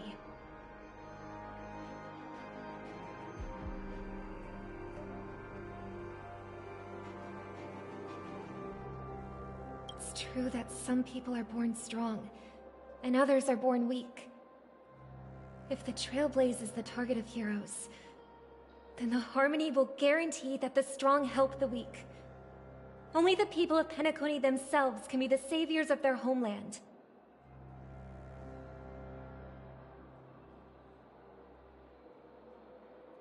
Their path of happiness should be forged by themselves.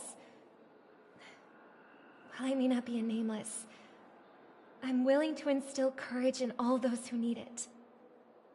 This includes my brother as well. Anna's dream is too cruel for him and everyone else. Your plan sounds well conceived, but still, it appears somewhat idealistic and romantic. The flaws rooted in human nature can't be eradicated overnight. Do you believe these efforts alone are enough to convince everyone to choose the right path? I agree with you, Black Swan. That's why the most critical aspect of this plan is not to convince everyone to choose the right path, but to inspire them to save themselves. So, you're the key in the end, I assume? The Harmonious Choir possesses the power of an emanator. To overcome it, you'll need the same level of power. The final step in destroying the sweet dream will be my responsibility. That's a relief to hear. Now that our roles are assigned, let's get to our battlefields and pose a grand finale. May I have a moment alone with you? There's one more thing I need to explain to you. This grand festival is drawing to its close.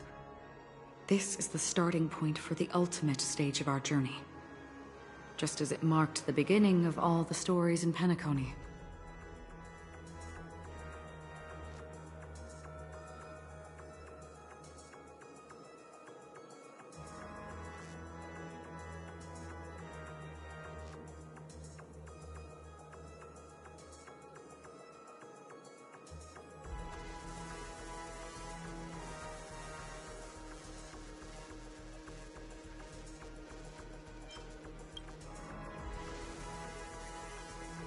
Indeed. She was the first to discover the world beyond the shores of death, and shared this truth with all of us. There's something you should know. We were able to locate you within this boundless dream, and find the key to breaking free from the dream. All because of one person's unwavering dedication. Firefly. She awakened from the dream ahead of others, discovered the Express amidst the stars, and brought us valuable information about the remnants of the Order. She may have been aided by the script, and it came at a cost. As you know, Firefly is a stowaway who entered the dreamscape in a different way from ours. Without the dream pool in the hotel or assistance from the family, she can only awaken from this dream in one way. A real death. We mustn't fail her determination. I'm not implying that we must win this fight no matter what, but our resolve should match that of that courageous lady. Are you ready?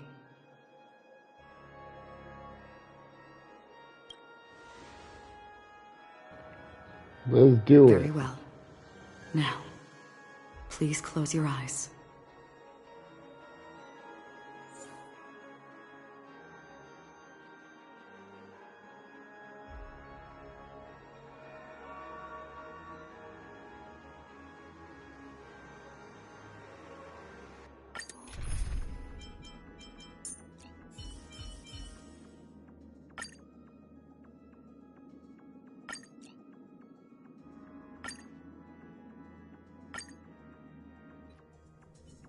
Oh.